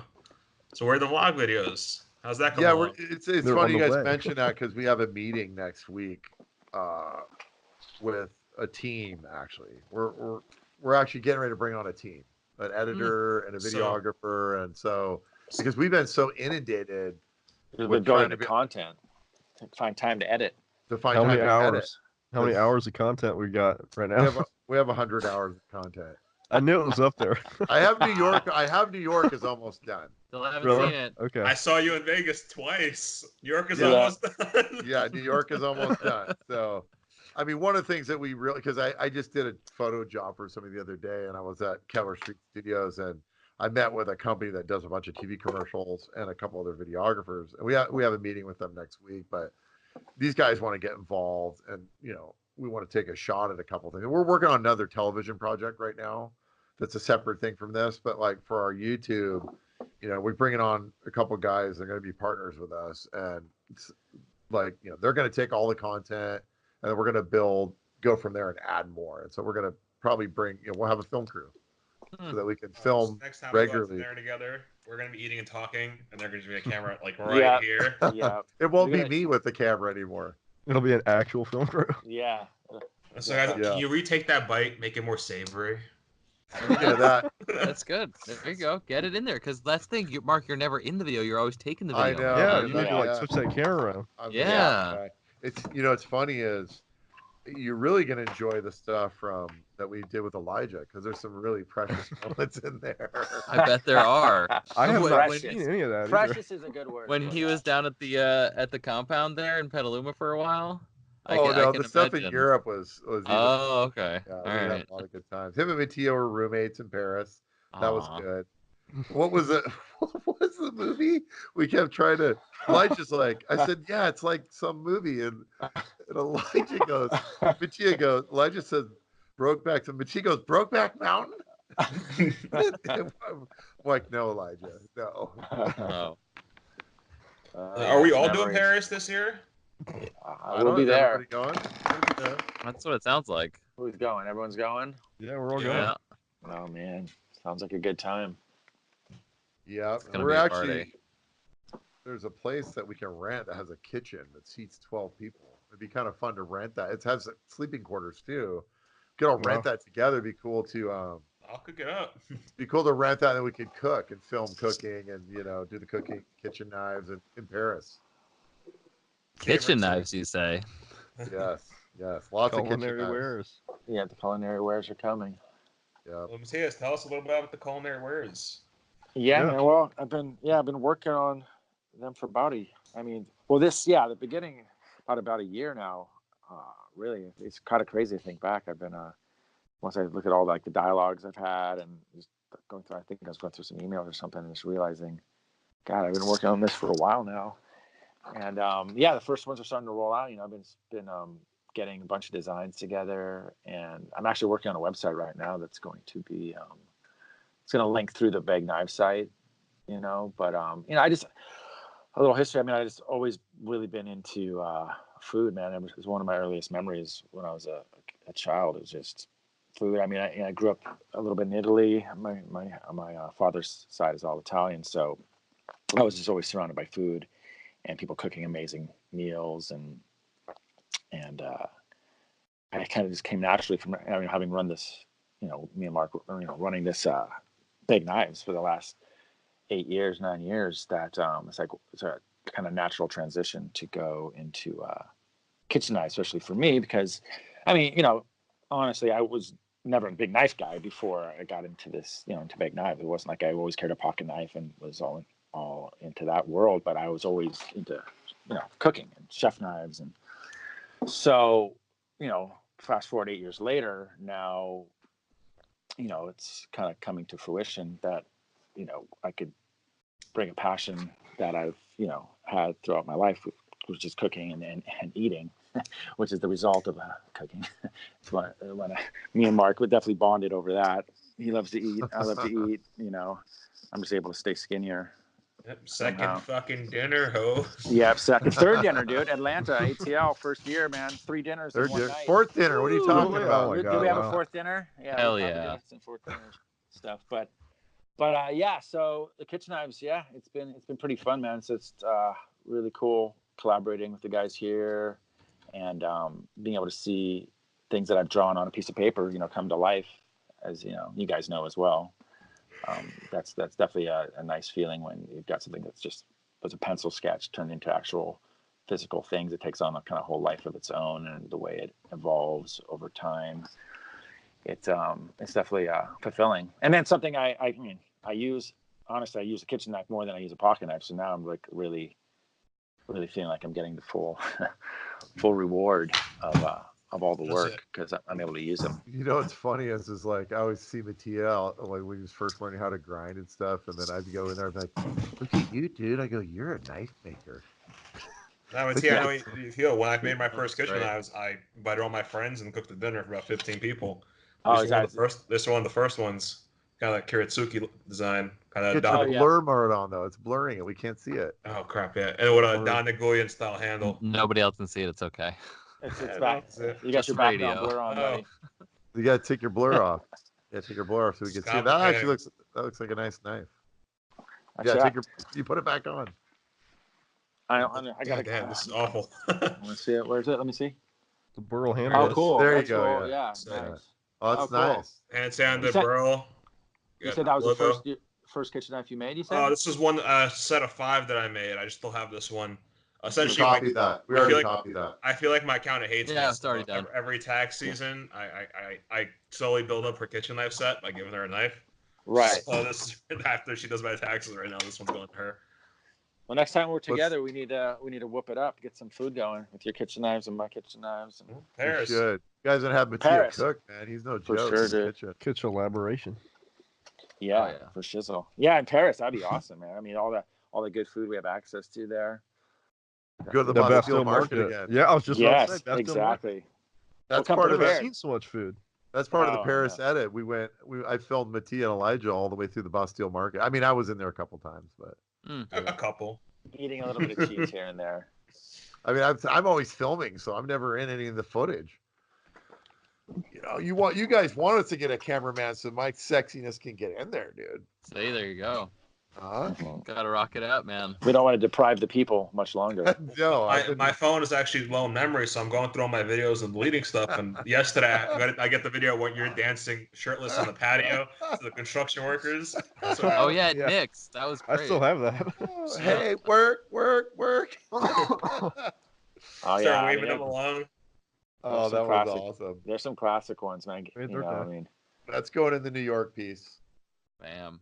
there's that Paris. There's one in Paris piece. I mean, not too many people know about it. Only Elijah, myself, and Mark, I think, know about the underpant dance. Oh yeah, I know what you're That- talking. You guys, I don't. You probably Oh, geez. forwarded that to I did not. Jeremiah. Yeah, No, John I know. Gray had that. He goes, Yeah, I got John this Gray has video. it. I was like, It's what? it's like this loop. It's like, you know, you got one of those Apple loops where you have the picture, you can make it loop. And Gone it's Mark industry fucking viral by now. he's doing a Okay. dance in his I got the underpants, GIF. man. Yeah, you got the GIF. The Yeah. GIF is off the hook because it just keeps bouncing back and forth, and he's doing these like ridiculous dance moves. Hmm. And he's I saw the train ride video where he's like, fat guy coming through had way too many baguettes. Fat guy coming Yeah. through. That Yeah. was I awesome. still need to send all that footage to you guys.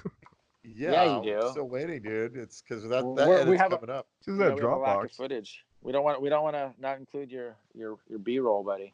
Yeah. Oh god. Oh, was that's so like 10 funny. minutes, 10 solid minutes of Mark walking through the train. Oh, that was awesome. That's right, because you had the camera behind me. You need to put that on Dropbox. I need that, buddy. I Mark will. got serious. Include Mark that got in the edit, serious bro. all of a second. I was like, wait a second. I need that, dude. Dropbox me Need that. the footage.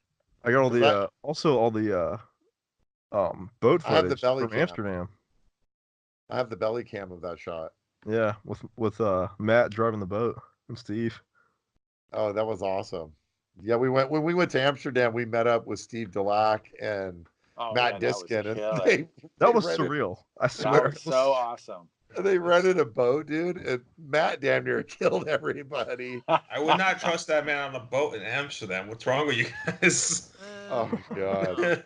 And Steve Delac is the guy who runs the 50/50 Productions, the New York show, and stuff like that. The guys that run Yeah. now. Now we also have a question here. Any plans of a future battle song?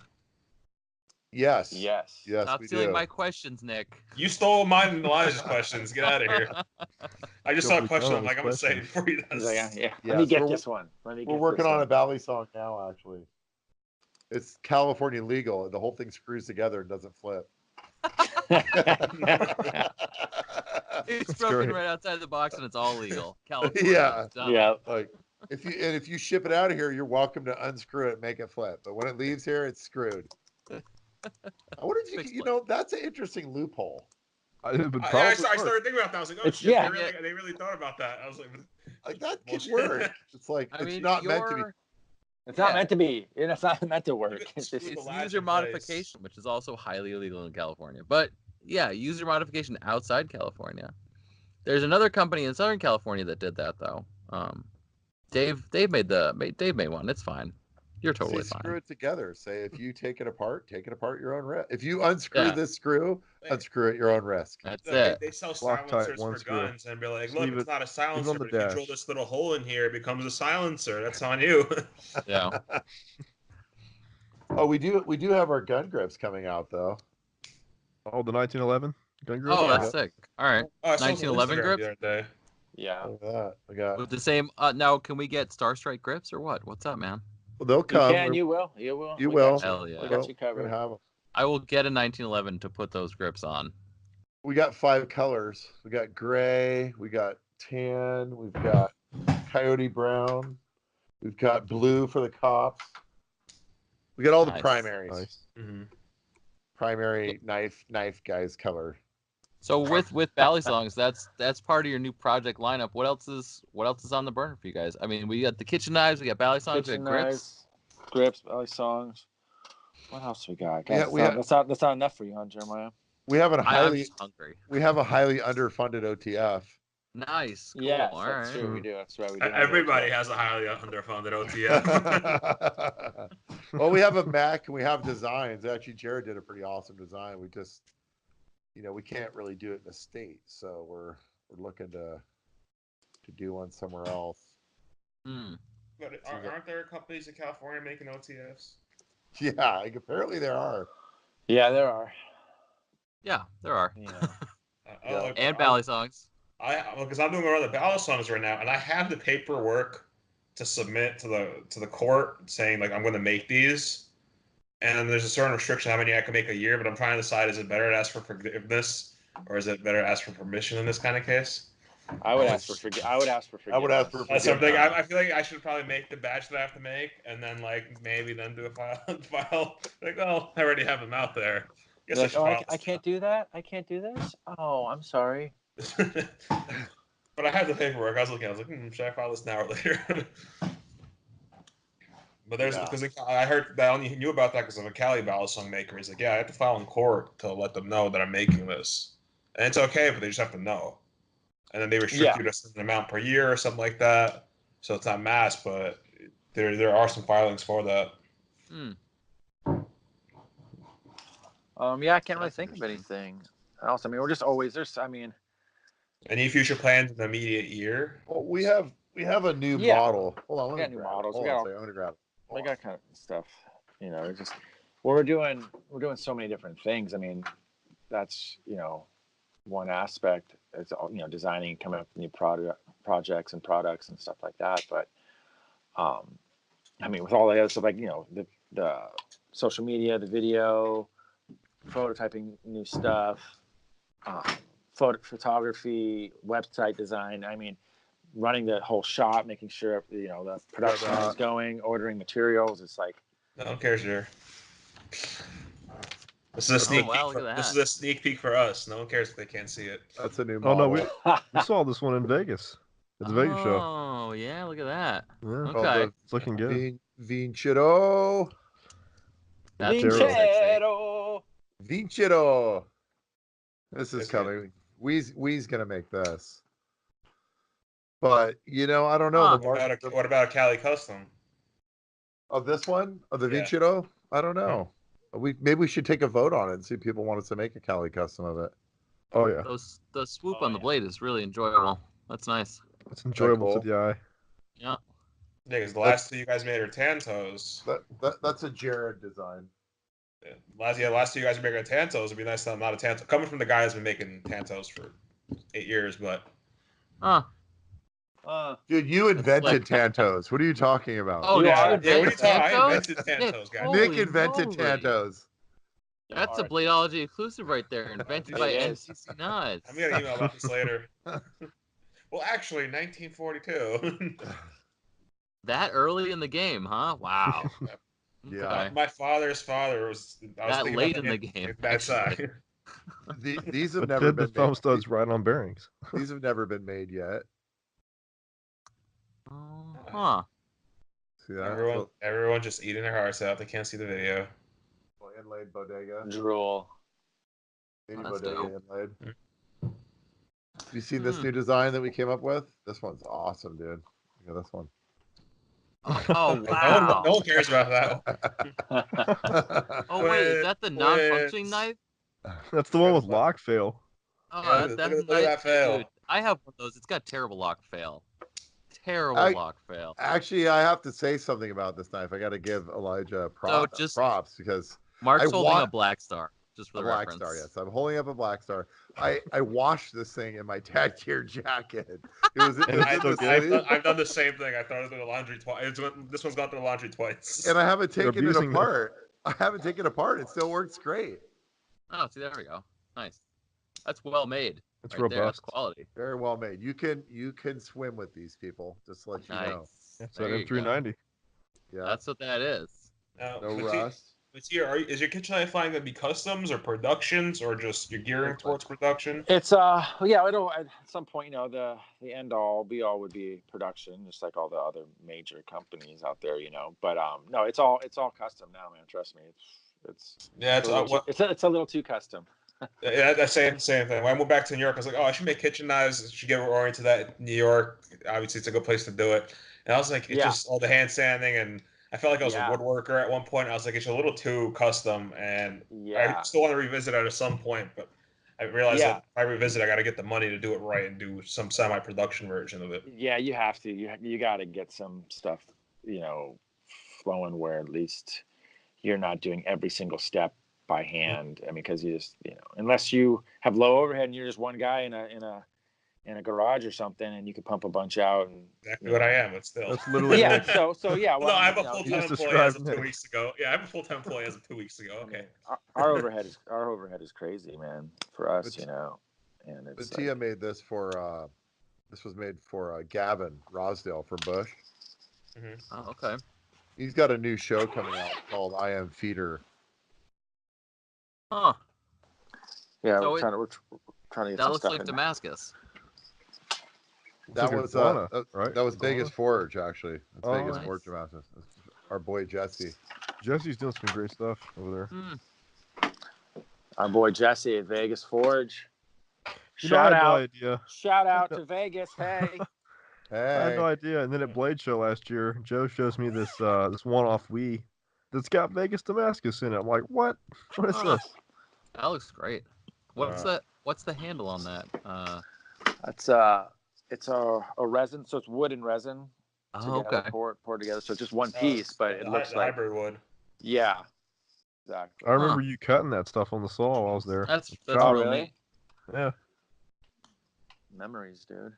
So okay, so these custom ones, these are all done in the California shop, right beside the Begg Customs, which is awesome. Exactly. So, I mean, it's all under one roof. We're just going to be sister companies. I looked up the exact definition the other day because that's awesome. Okay, because that's really cool. I've seen that inlay in we just got an Astio with that inlay on the bolster. That's exactly cool. There you go. Yeah, you're starting to see it. Okay, you're starting to see the cross pollination. That is nuts. What do you call that bolster material or style? What is that? That is it's stainless steel, but it's a Japanese hemp leaf pattern. Okay, actually, is what that is. Because it's got little copper inlets in it, which are gorgeous. Some of them are we didn't do it. We didn't do it on the. We weren't sure people were ready for that. We didn't want to get too crazy on you. We got to say some. We got to pull a little stuff back. You know, we can't just pull back a little bit. I got you. Can't give it all to you. You know, you don't want to blow our load. Huh? Too quick. We do want to blow. Yeah, that was incorrect. We do want to blow our load. Yeah, we do, but not too quick. Slow trickle. Slow trickle. That's cool. The kitchen knives they have a lot of motion to them, like from the point of the blade to the swoop. Yeah, there's a lot that goes on because the blades all get different, and depending on what there's so many different styles.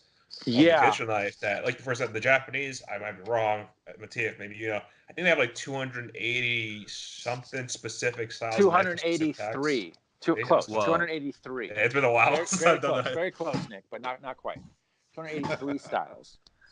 That's a lot. That's Yeah, a but there's lot. only one actual knife that they consider general, which is what I designed mine off of. The Kiritsuki is the only actual like general design. So I did like an American Kiritsuki. Yeah, I like actually, making them; they're fun. It just there's not as much money in it and time, so I make them as gifts when I need to give someone a gift. I'll make a kitchen knife usually or a steak knife. yeah. That's the trick is to make money at it, right? That's the Yeah. tough part. And it really comes down to marketing. I mean, really, man, as me and Mark have learned, it's all about marketing, man. I mean, that's kind of Yeah, where we spend a lot of our both energy of us because are. it's like, yeah, it's just like it's where it's at. all- You gotta, it's all there's so branding. much. You're getting so inundated with so much information these days. I mean, you gotta keep up and figure out how to stay in the in the limelight, or in the forefront with everything. And it's just that's where we're spending a lot of our energy. Kind of get stretched thin from thing to thing. But as we've learned that it's all about promotion and branding, and that's kind of where we kind of shined. I feel You guys certainly excel at a lot of that. I mean, we definitely we were talking about this earlier before we got on with you guys. The pictures of the Begg knife showing up with celebrities. You guys seem to know all the cool people. Like We know all you. over the We know place. you guys. Yeah. Oh, get out of here! P We're not as coolness. cool as I don't George know that I would Clinton. call the celebrities Yeah. the cool people. Well, But- the well-known people. How Well, about that? there you go. There you The go. cool people are the people who pay. Yeah, paying customer. I say for Yeah, the paying Those are the customer, cool exactly. people. like you mentioned before, like we're both in the most expensive states. So, like I feel the overhead here too. Like if you're not sinking, I mean, well, if you're not swimming, you're sinking essentially because how the bills start to catch up with you. Like when you guys were in Yeah. New York, and Mark's like, "Oh, I think there's tacos across the street. We're looking for food." He's like, "I don't know if it's good." I'm like, "Look, Mark, this is an expensive area. If it's not good, it's not lasting a month." We went Right. to there. We Good got killer playing beer. tacos for $4 in Manhattan. So Yeah. I dream about those tacos still. You do? those corn yeah. battered fries. I actually dream Oh, about man. going to Mama What was Fuku the- twice in the same night. That's still pretty Yeah, I impressive. did Yeah, the what, you same can thing. run to there That's a in 10 pleasure. minutes? I Yeah. did the same thing with my brother with the Mamofuku. We went down for his birthday in December, and I was like, "Look, we went to one and went back to the other, and we had the same thing. It's an hour away." I was like, "Okay, let's try this." We went across like we did, ate appetizers Like at dinner. Assam. Oh, you did it. You Back lived it, across. huh? Yep. Double. You guys like how me and Mattia in Vegas, we snuck off and had a personal dinner over in Momofuku? Yeah, that was custom. Because we we friends with Sean King, the executive chef there, and so we're friends You got with flex a little bit. well, we're friends with Matt Rudifiker, who's the CEO in New York, and well, he wasn't the CEO when we met him, and so we went out, we kind of got vetted a little bit through what's her name again, Mattia? Rika. Rika there. She's our buddy over at Momofuku, and so we went there, brought him a knife, and so we had a pretty nice lunch that he made for us, and Kobe beef. yeah, we were kind of like, I looked at Mattia, I said, "Is this what our future looks like?"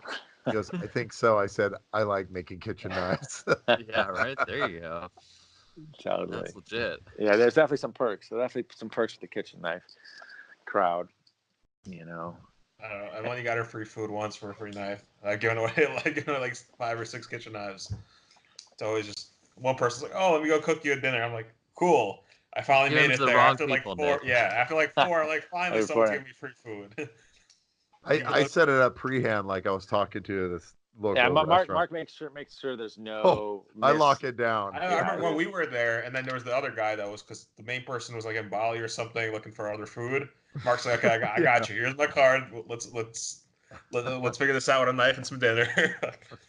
I always Ball tell looking for ingredients. I always tell him, I said, there's going to be a dinner included, right? Just going to get that straightened up right now. So it's not really yeah. free, the knife.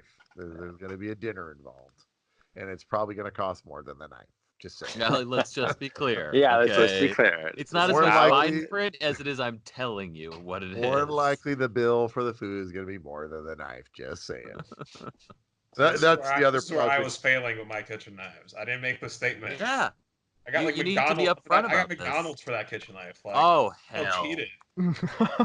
Yeah. Oh man. We need to give you some training, Nick. Yeah, that's I'll like teach you how to not- do it, dude. Get on Give a man board, for a Nick. fish, he eats for the day. Teach him how to fish, he'll eat for a lifetime. Trade a kitchen knife for food. For Fucking food for a baller. lifetime. Baller. Eat for a lifetime. Yeah, I mean we're working on another television project right now that's gonna revolve around food, so that's coming. Eat, Yeah, sleep, it's gonna be exciting. Just wait. Yeah. eat, sleep, Secret. grind, eat. We can't tell you When's anymore. when does it drop? I mean, are these kitchen knives available now? What's They're- can we order customs? Are they what's the deal? I mean, you can. The website's literally going live here in the next 2-3 days. Oh, And, okay. I mean, the thing is, there's not a bunch available because we have been selling them already, but just through word of mouth and Selling before they're done. yeah, We're trying to get some done so people can actually buy them. I got yeah. you. And there's such a vacuum for the kitchen knives, man, for custom kitchen knives like this. If you look at a lot of kitchen knives, custom kitchen knife stuff made in the U.S., I mean, there's usually nothing available on the website. I mean, it's rare. There's a few some Especially guys that are dressed like you guys are dressing. I mean, as always, you Yeah. gues dress the stuff like nuts, Yeah. like no hold back. Yeah, and we're trying to figure out how to make it accessible to people. I mean, because I don't want to just make $1,000 kitchen knives. We're trying to get stuff down to $350, $450 range Yeah. for a custom knife. And No, we're going obviously to. it's not going to have inlays like you want the one that has inlays, Damascus inlays with in an interframe, and that's going to cost more, $700, $800, $900 or something. Depending on steels and all that. But we feel that we can make a kick-ass custom kitchen knife for that in that 350, 450 range. And other companies are doing it, like we're the first ones, but there's definitely a large vacuum for that. It's just from the research that I've been looking at. So, it's going to take a lot of work, as most things do, but it's coming soon, very soon. All right, so you'll have some at Blade Show. Oh yeah, definitely. Yeah. Yeah. Awesome. Oh yeah. No, I'm like, yeah. I mean, as long as we'll make something away. specifically for a Blade Show, but Oh, nice. Okay. at the rate we're making right now, it's hard to keep them around long enough to have any to show. But we'll pull some aside. Matter of fact, the one I showed you, the one with the engraving, belongs to Bill from Coating Knives. We need to finish that, Mattia. By the way, we got to get that. He bought it for a friend of his for their wedding, and I forgot. We need to get that done. Sorry, Bill. Do you hear this? That knife. He's like, wait a second, that's my knife. Yeah, that's mine. Wait a second, you can't sell that. Bill, that's going out on Monday or Tuesday, buddy. Oh, I just remember. I was like, geez, we got to finish that. It's done, actually. Just we need to engrave something for his friends. It's kind of been cool bringing like all the knowledge acquired from Begg knives over into the kitchen knife, because there's definitely some stuff that has obviously like the laser work, because I've been working on that laser for 4 years. How long have we had that thing, Mark? 4 years. Yeah, about 4 years now. So you run the laser. Yeah, I run the laser. It was Mark's idea, but I've been running it, and coming up with all getting all the artwork together and just kind of figuring out how stuff is done, along with Ben, Ben, our engineer. He works on the laser as well, but he's kind of more of the technical stuff. I'm like, Ben, I need this, I need a fixture to set this up so it doesn't move, and we could adjust the levels or the heights of everything accordingly. And so he'll whip something up on the Bridgeport, make some fixtures, make something, and the fiber laser work you guys are doing is crazy. Like the samurai and the skulls and roses. That samurai are nuts. Cool, man. Thanks. Yeah, that samurai we took it to a whole nother level with that, with the engraved gold. I think there's like 37 little gold dots all over that thing that interplay with the samurai as that pattern, like that pattern you saw. It's pretty crazy, because the way has to get done. I mean, we had to learn process, because we were engraving that pattern first, and with the holes and the lines and everything, and then trying to hammer gold into that, and it was starting to spill over into the lines, and we just wanted it in the holes. So came up with an idea of just to do the it all in batches, the lasering in batches. So we'd laser all the holes first. All you do is laser the holes, hammer in all the gold on the holes, sand it, get it all flush again, and then you got to put it back on the laser and everything has to be calibrated perfectly, because if you change any of the heights or any of the stuff on the laser, it throws a slightly different, I don't know what you'd call it, but it's, you just can't change the height. Yeah, Because no, the height and focusing of those fiber lasers is it's more like programming something in 3 dimensions than it is 2 dimensions. Exactly. And so you're coming back with this piece that has already now gold in it. Spent hours, a full day putting all those gold dots in there, and then now you have to get back on the laser and make sure it all lines up again perfectly. I mean, it's so precision. You've seen them, Jeremiah. How small that all is, and then to get that line back up again, so it fits perfectly with those 37 dots. All have to be perfectly centered on the remainder of the engraving. With the samurai and everything. I mean, is 37 a specific number for some reason, or just happens to be 37? No, I just brought.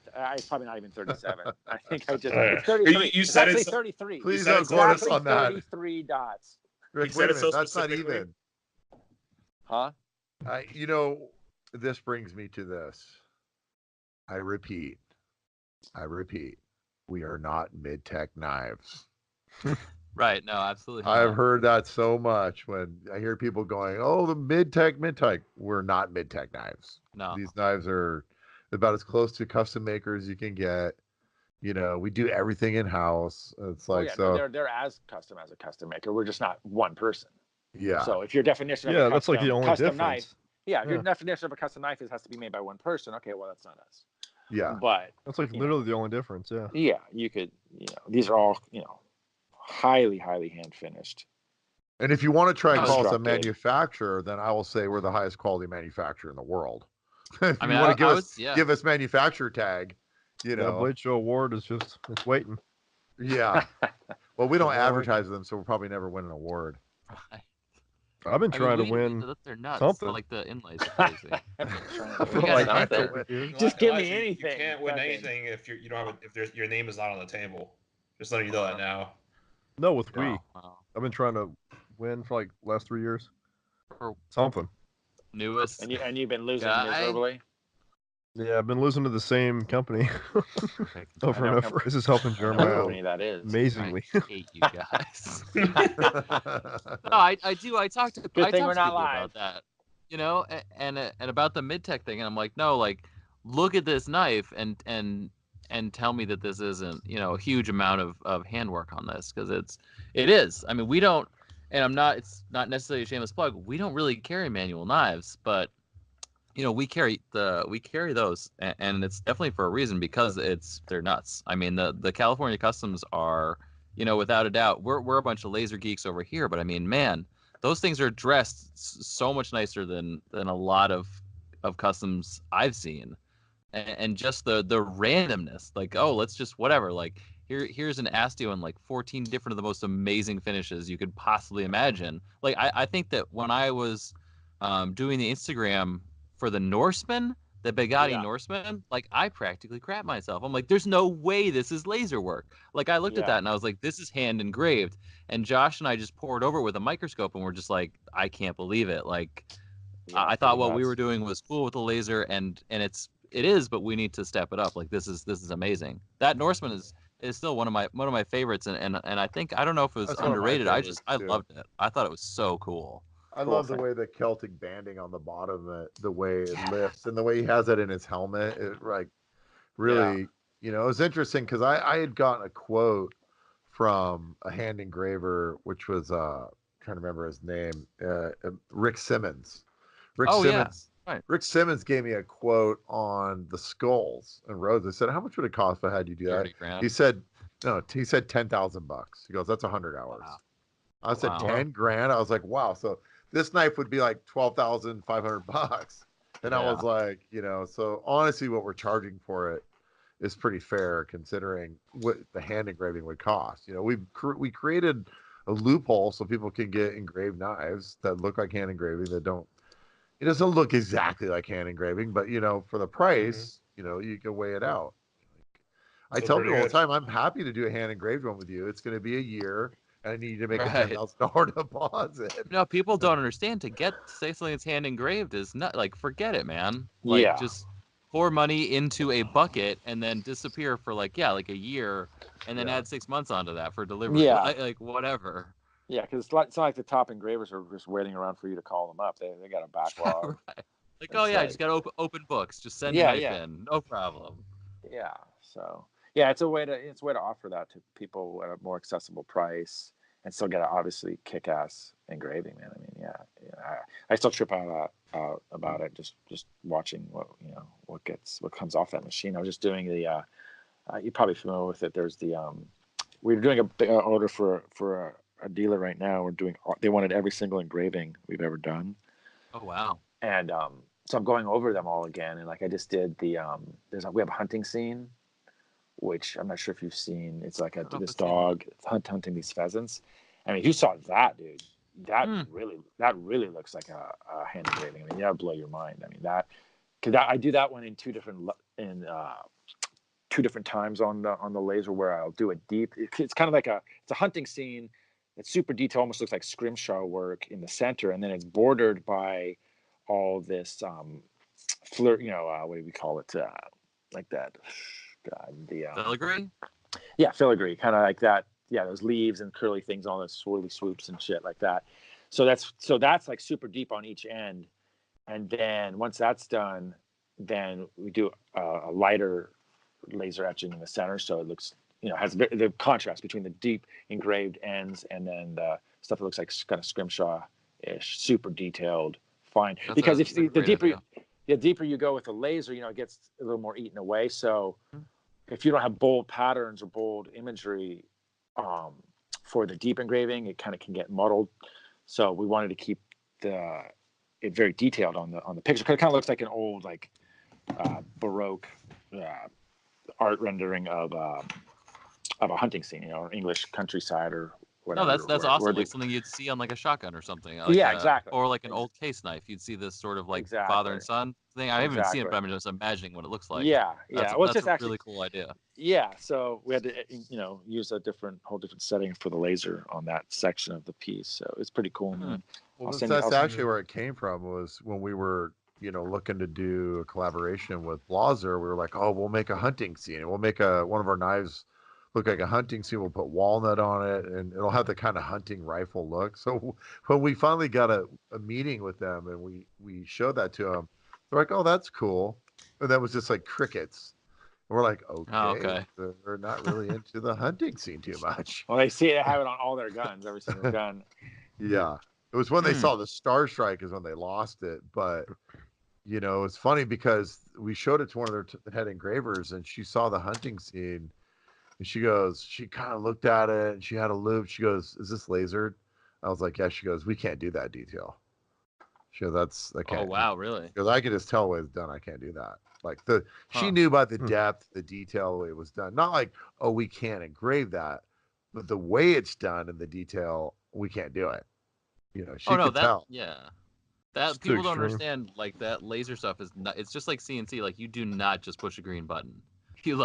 That's not how you spend thousands of hours like destroying crap just in order to get like one like decent engraving, and then like that setting changes for every surface, every material, and every different curve of what you're working on. Yeah, all these little details. When it's your field, you know what's up. Like you said, the engraver. I had someone bring me some balsones yesterday, and the guy's like, "Oh, this is all manually machined." I'm looking at this thing. I'm like, "This is a CNC balsone." There's these tiny chamfers going around the profile, which you're not doing by hand. I'm like taking the loop. I'm like, I see machining marks in these areas, or it's like this is not manually machined. This is a CNC following these little contours. Just not possible.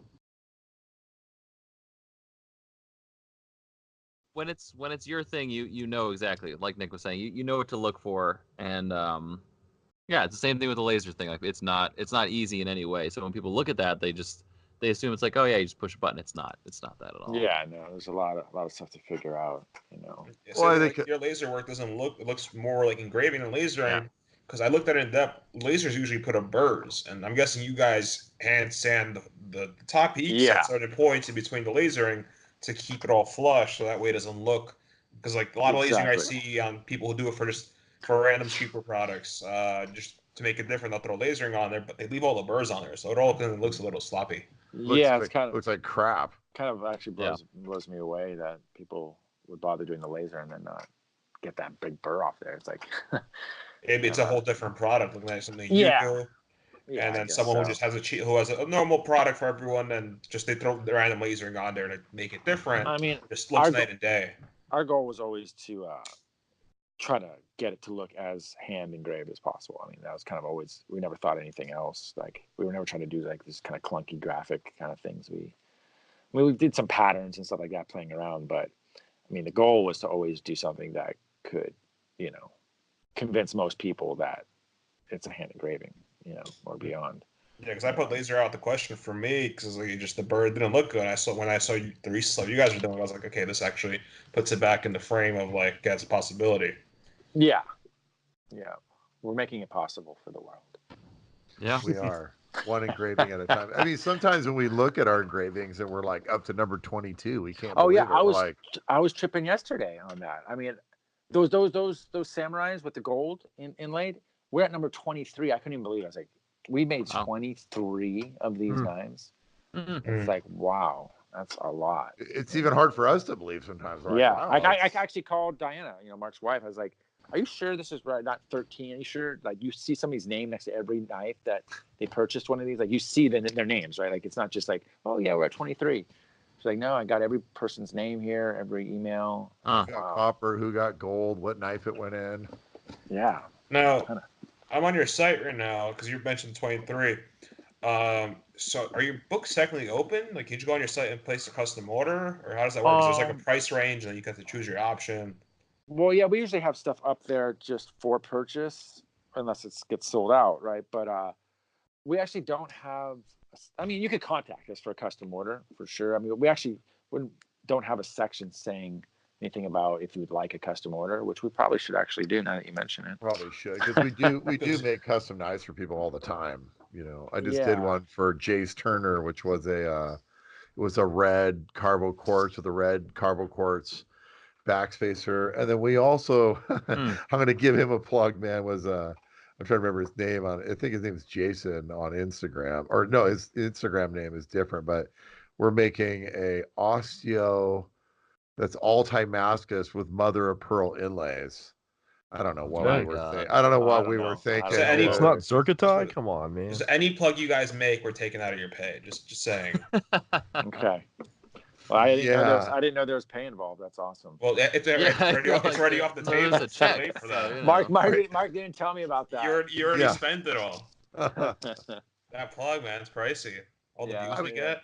I mean, I think that's the thing that some people don't really realize is they don't really realize, what goes into making these knives. And I think that's the kind of the part that's kind of hard for us sometimes is you get a lot. What happens in the knife industry a lot is it's like a high school popularity contest. You see people just buying stuff based on just because the next guy's buying it. It's not really based on like the quality of the build. And like one of the things I see a lot, and I know a lot of people are going to be mad when they hear this if this doesn't get cut out, but I see exposed detent tracks and detent ball holes, and I'm like, that's a design flaw to me. Yeah, and I see people paying $8,000 for knives like that. And I'm like, are you kidding me? Mark does not like exposed balls. I cannot stand exposed balls and tracks. Tuck them in. Tuck them in. Exactly. Thank you. Tuck them in. That needs to be a shirt right those there. balls in, boy. Tuck them balls in. Keep those tracks and balls tucked Next away. show, Blade Show 2019. T-shirts for everybody. T-shirts for everybody. Tuck them balls in. That could be a whole new T-shirt for the blade industry. Yeah, tuck them balls in, boys. I'm on your site. Look at him. Look at a Begg. It looks like it had sex with a duck call. The wildwood. The wildwood. The wildwood. I don't know. I'm gonna have to go to the site now. Yeah. There's Begg on the website. We made 2 of those. It's sold out. It's the Begg wildwood. It looks like it had sex with a fancy duck call. Well, what's crazy, dude, is we've had lots of requests to make more of those. And it's weird because you just never know what people want. We can't even figure it out anymore. And you'll try out action ballast songs what they want. Okay, well, I want that. What's that? So it's a ballast they song. want tri-auto action Chris bladed ballast songs.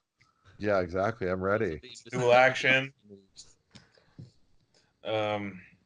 Yeah, but did you guys made that material? I'm assuming you guys like stitched it together.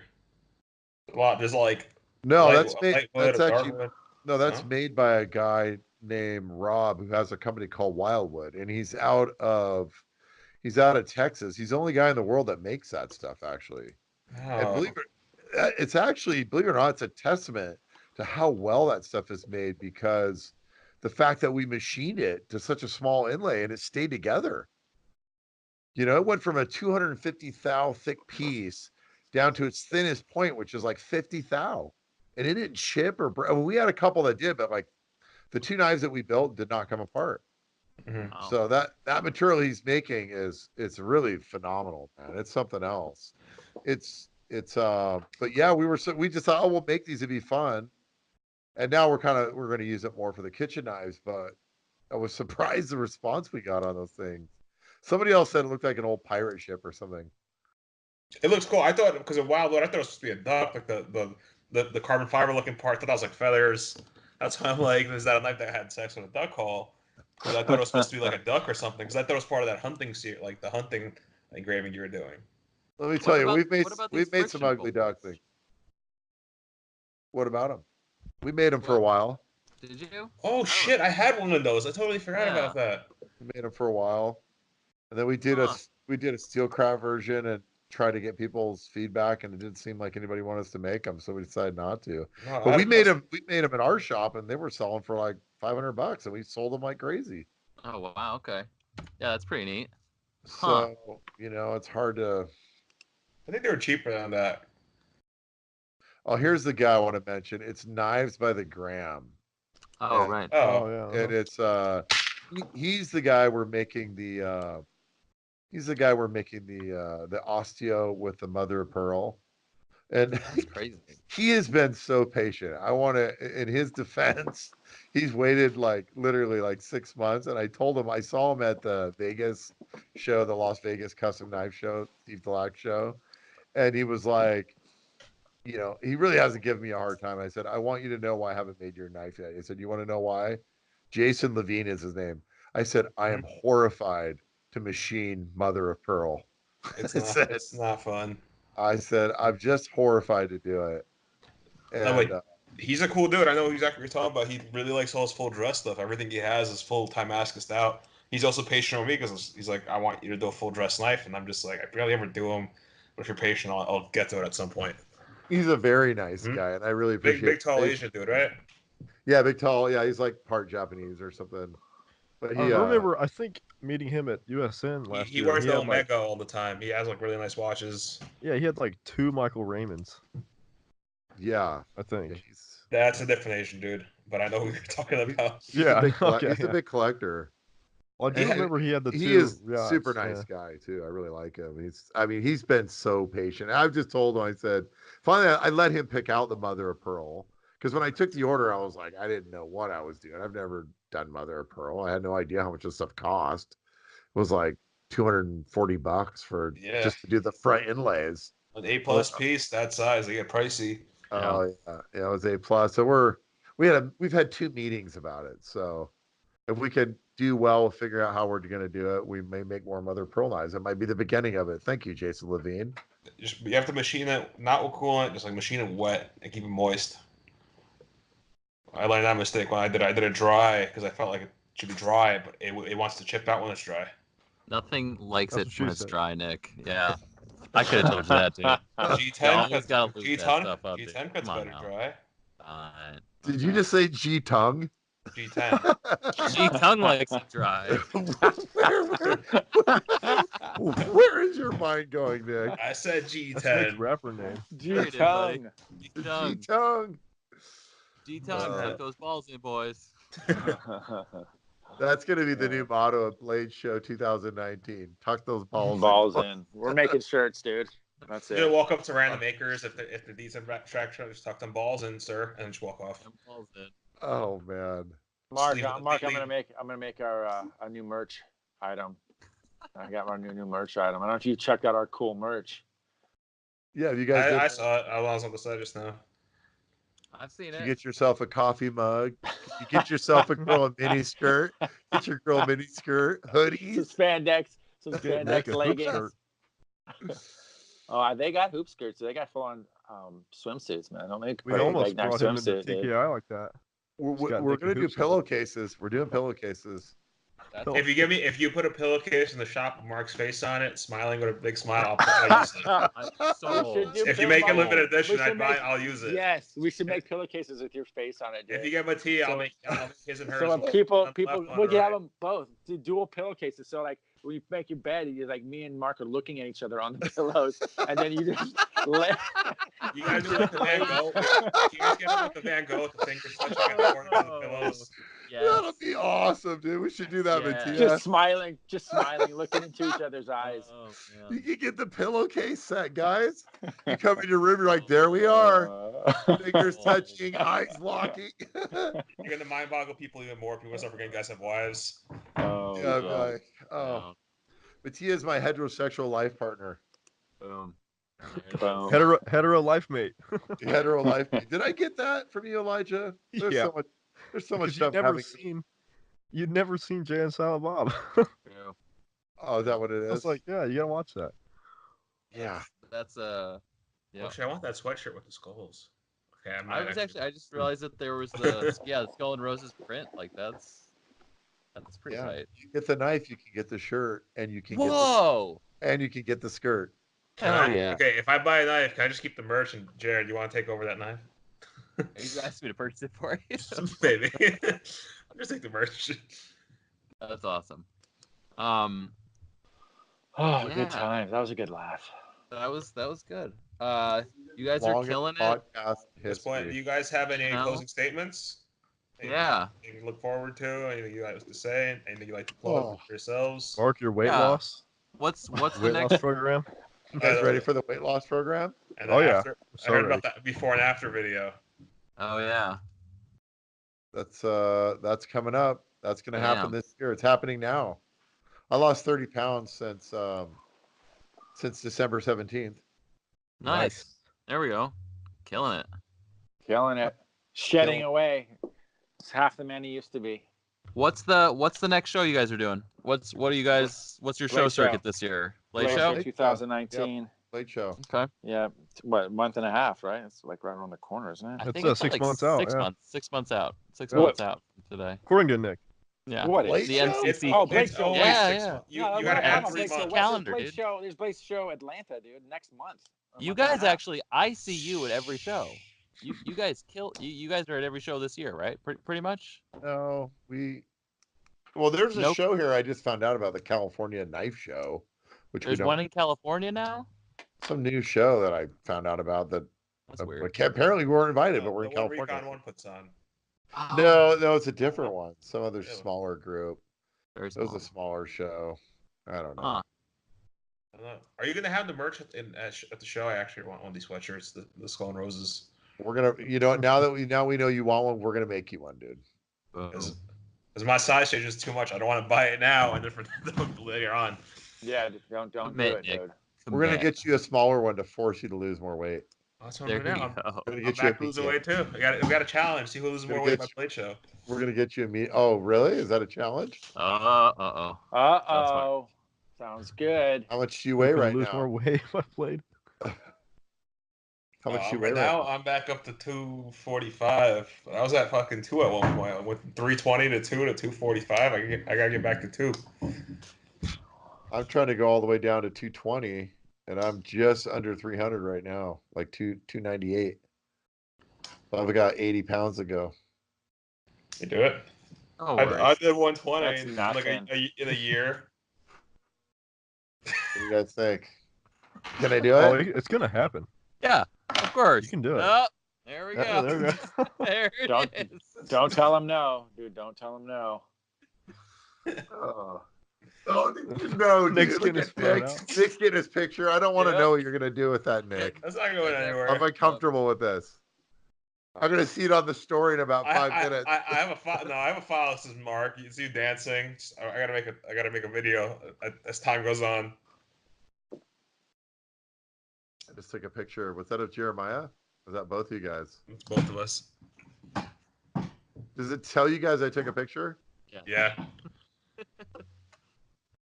So I'll know when you take a Video move. sushi took a snapshot. I apologize for my friend.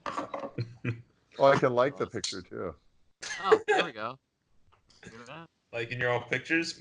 Fully What are the- interactive. Where do Well, the you pictures? can't do that. You can't Where like do the your own pictures pictures. go though? Where do they go? You probably have a file somewhere. Dang it! Yeah, Yeah, you probably guys. just- I'm here looking at the story, and I see pictures of me on the story of you guys. Hey, Oh took one my- of me stretching. I was, God damn it. Oh God. So Blade Show's next. Epic merch. Guys are killing it with the kitchen knives. For Thank anybody who's completely living under a rock, where can we find you guys on Instagram, and what's the best way to contact you guys? The best way to contact us is email us, which is through our customer service, or Mark at Begg Knives, Mattia at Begg Knives, or you can DM us on Instagram. You can send us messages on Facebook. You could also buy a knife, and that will have all your contact information. Yeah, there's That's the that. best way to do that. That's the best way. It's the most thorough way. Really, we'll have actually best. If you do that, data. I will let you buy me dinner at Blade Show, and I'll have an evening with you. Nice. Shirtless. Everyone's dream comes true. Shirtless. I will personally call you if you buy a knife. I actually do that. Actually, most of the time I do call most of the customers. I know most of my customers by name. That's pretty good. Thanks for putting this on, Jeremiah. This is awesome. Yeah, Thanks Jeremiah. for having us, dude. Absolutely. This was. I guess this was. I was supposed to say this is a warm up for Levon. Oh, okay. Wow. Is it Oh, that, it's is that how it is? Levon called me. That was Levon calls me up. He texts me and he's like, "Oh, really?" He goes, "My feelings are." Because I've been asked to come on to my show for a long. I go, dude, I told you to come on. No, you didn't. You said you weren't ready. I was like, I did not say that. He's gonna have our sloppy seconds. Well, how about that? Yeah. There we go. Let's call him up Same, right now. same questions. Where's Levon? Where's Levon? Where's Levon? I know. It was kind of funny though. He was all like, "I'm just kidding." I go, "No, you're not. You're really hurt, aren't you?" Just a little bit. A little bit. Because he posted it. He's like, that's the first one he actually posted from ours. Yeah, it is. That was pretty impressive. I was like, wow, that's cool. Yeah, he posted. Yeah, he posted because he was jealous. Mhm. That was the only catharsis. There's Yeah, the no post about competition. We're all in this all in this for No, the he same loves- awesome, you know. He loves you guys. He goes, "We're all family." He goes, "I'm not tripping." I go, "Well, okay." You jealous life mate. The third one. My other heterosexual life mate. Right. I don't want to make his buddy jealous. Very Jay. cool. Jay. Jake. I'm gonna make him jealous. All right, well, Is this where we start going? Nick out. is this the part where we Elijah say, out. it's so hard to say goodbye There we to go. yesterday.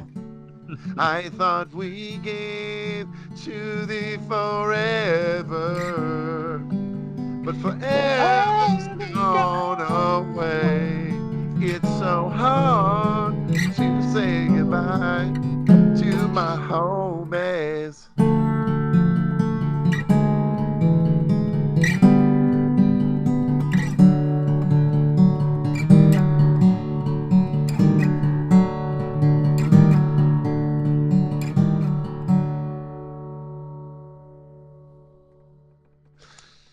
Oh, all right. Community question: well, Are on that you a note- sitter or a stander? Yeah, I like to sit. I'm a sit pisser. I'm like a girl. You know this. I was actually we went out one night. We were at a friend's hotel, and I sat down to go to the bathroom. She goes, "That must be a fat guy thing, because my husband does that." She goes, "You guys must like to relax when you piss." I said, "You got it. That's it. It's not It's my an answer. opportunity to sit down." Yeah. Hey guys, I want to thank you for inviting me to the Bladeology podcast. It's been a great time hanging out with you guys. I'm so glad you guys came on. It was a pleasure. It's been a blast having you guys on. A riot as always, sharing stories and talking trash about knives. Yeah, thank you, Jeremiah. It's been great. Now people know what we do when we go to we're at blade shows or at knife show. This is basically what we do. That's pretty much Peek it. inside. It's a peek inside. Get a little peek inside, except for usually involves food. It always involves food. Always involves food. Well, it involves food at 3 a.m. in Elijah's There's bathroom. literally a empty plate of 3 a.m. bathroom Italian. Bastard Battalion. We didn't tell that story. No, we'll save The that fu- for another time. The funniest part is when he was on Jeremiah's door and he's like, dude, the food's here, like 3 a.m. And I woke up, I was like, what's going on? He's like, the food came. He's like, he goes, Jeremiah's not getting up. I was like, I'm in, dude. Where we at? He says, it's in the bathroom. and Elijah's at 2 in the morning sending me screenshots of this. I'm like, what the hell is going on over there? I go in the bathroom and it's got the whole layout in the bathroom. I was like, yes. I'm all about this. I go, this is good. a fat guy's dream. Get a knock on your door at 3 a.m. Go into the bathroom, food everywhere. Italian smorgasbord. Yeah, that was pretty good. I slept right through that. I didn't even know that was going down. It was the only room that I could have the light. I thought for sure that wasn't happening. I was like, oh my God, it's 3 a.m. He's Oh, trying I to was fucking order determined. food. Everybody was closed. I was on a mission. New York, pretty easy to get food at like 3, 4 in the morning. Yeah. I guess. It was Except Jersey. it wasn't New York. It was Jersey City. It's New York.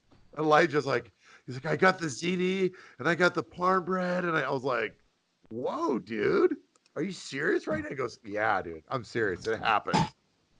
Of course, Mark got up and ate. Of course I did. He's like, I'll wake out of a deep sleep to eat some food with you, buddy. I think he sent me the filmed it. video. You were like in your underwear, just still like just figuring this out. What's the food? What do I eat? Okay, go to bed. It was a picture. I hope this recorded. Absolutely. Fingers Look crossed. Oh, I'm yeah. pretty sure I Look hit up record. the top left, it says Jerry's recording. It's still recording, yeah. Who are you talking to? What is that? Dude, I ordered a Loveless T-shirt this week, and they sent me this with the Loveless T-shirt. That's They weird. sent me like a pinup with a Loveless. Yeah, I think they it's always a big. do. When you go to the a Loveless big booth, there's always the picture. 2 chicks standing there. It's great. What was a- what is that? Best. It's a. I bought like a You $20 flashed it too fast. Loveless. I bought a T-shirt from the Loveless shop, and they sent me a pinup in with the Oh, T-shirt. nice. I was like, Nice. "What am I supposed to do with this?" That's what we I mean, I need guess to be we're in a doing. How knife come shop. we don't We'll do hang it that? up. How come we That's don't a do good that? idea. You gotta frame it. You gotta get Mattia. I mean, not Mattia. But you gotta get Mark like sprawled out on the side, Yeah. holding his hip. When people get a knife, we're gonna send them a pinup of me. They'll be like, Yeah. With the knife, There or you rental go. style, like on a couch Oh. with Yeah, the knife. on a Like, couch. "What's up, dude? totally. They're gonna be like, I just puked in my mouth. Can I send this back? Can I send this back?" Like, not if the knife is covered in puke, my friend. You gotta clean that off. Sorry. Oh man. All right.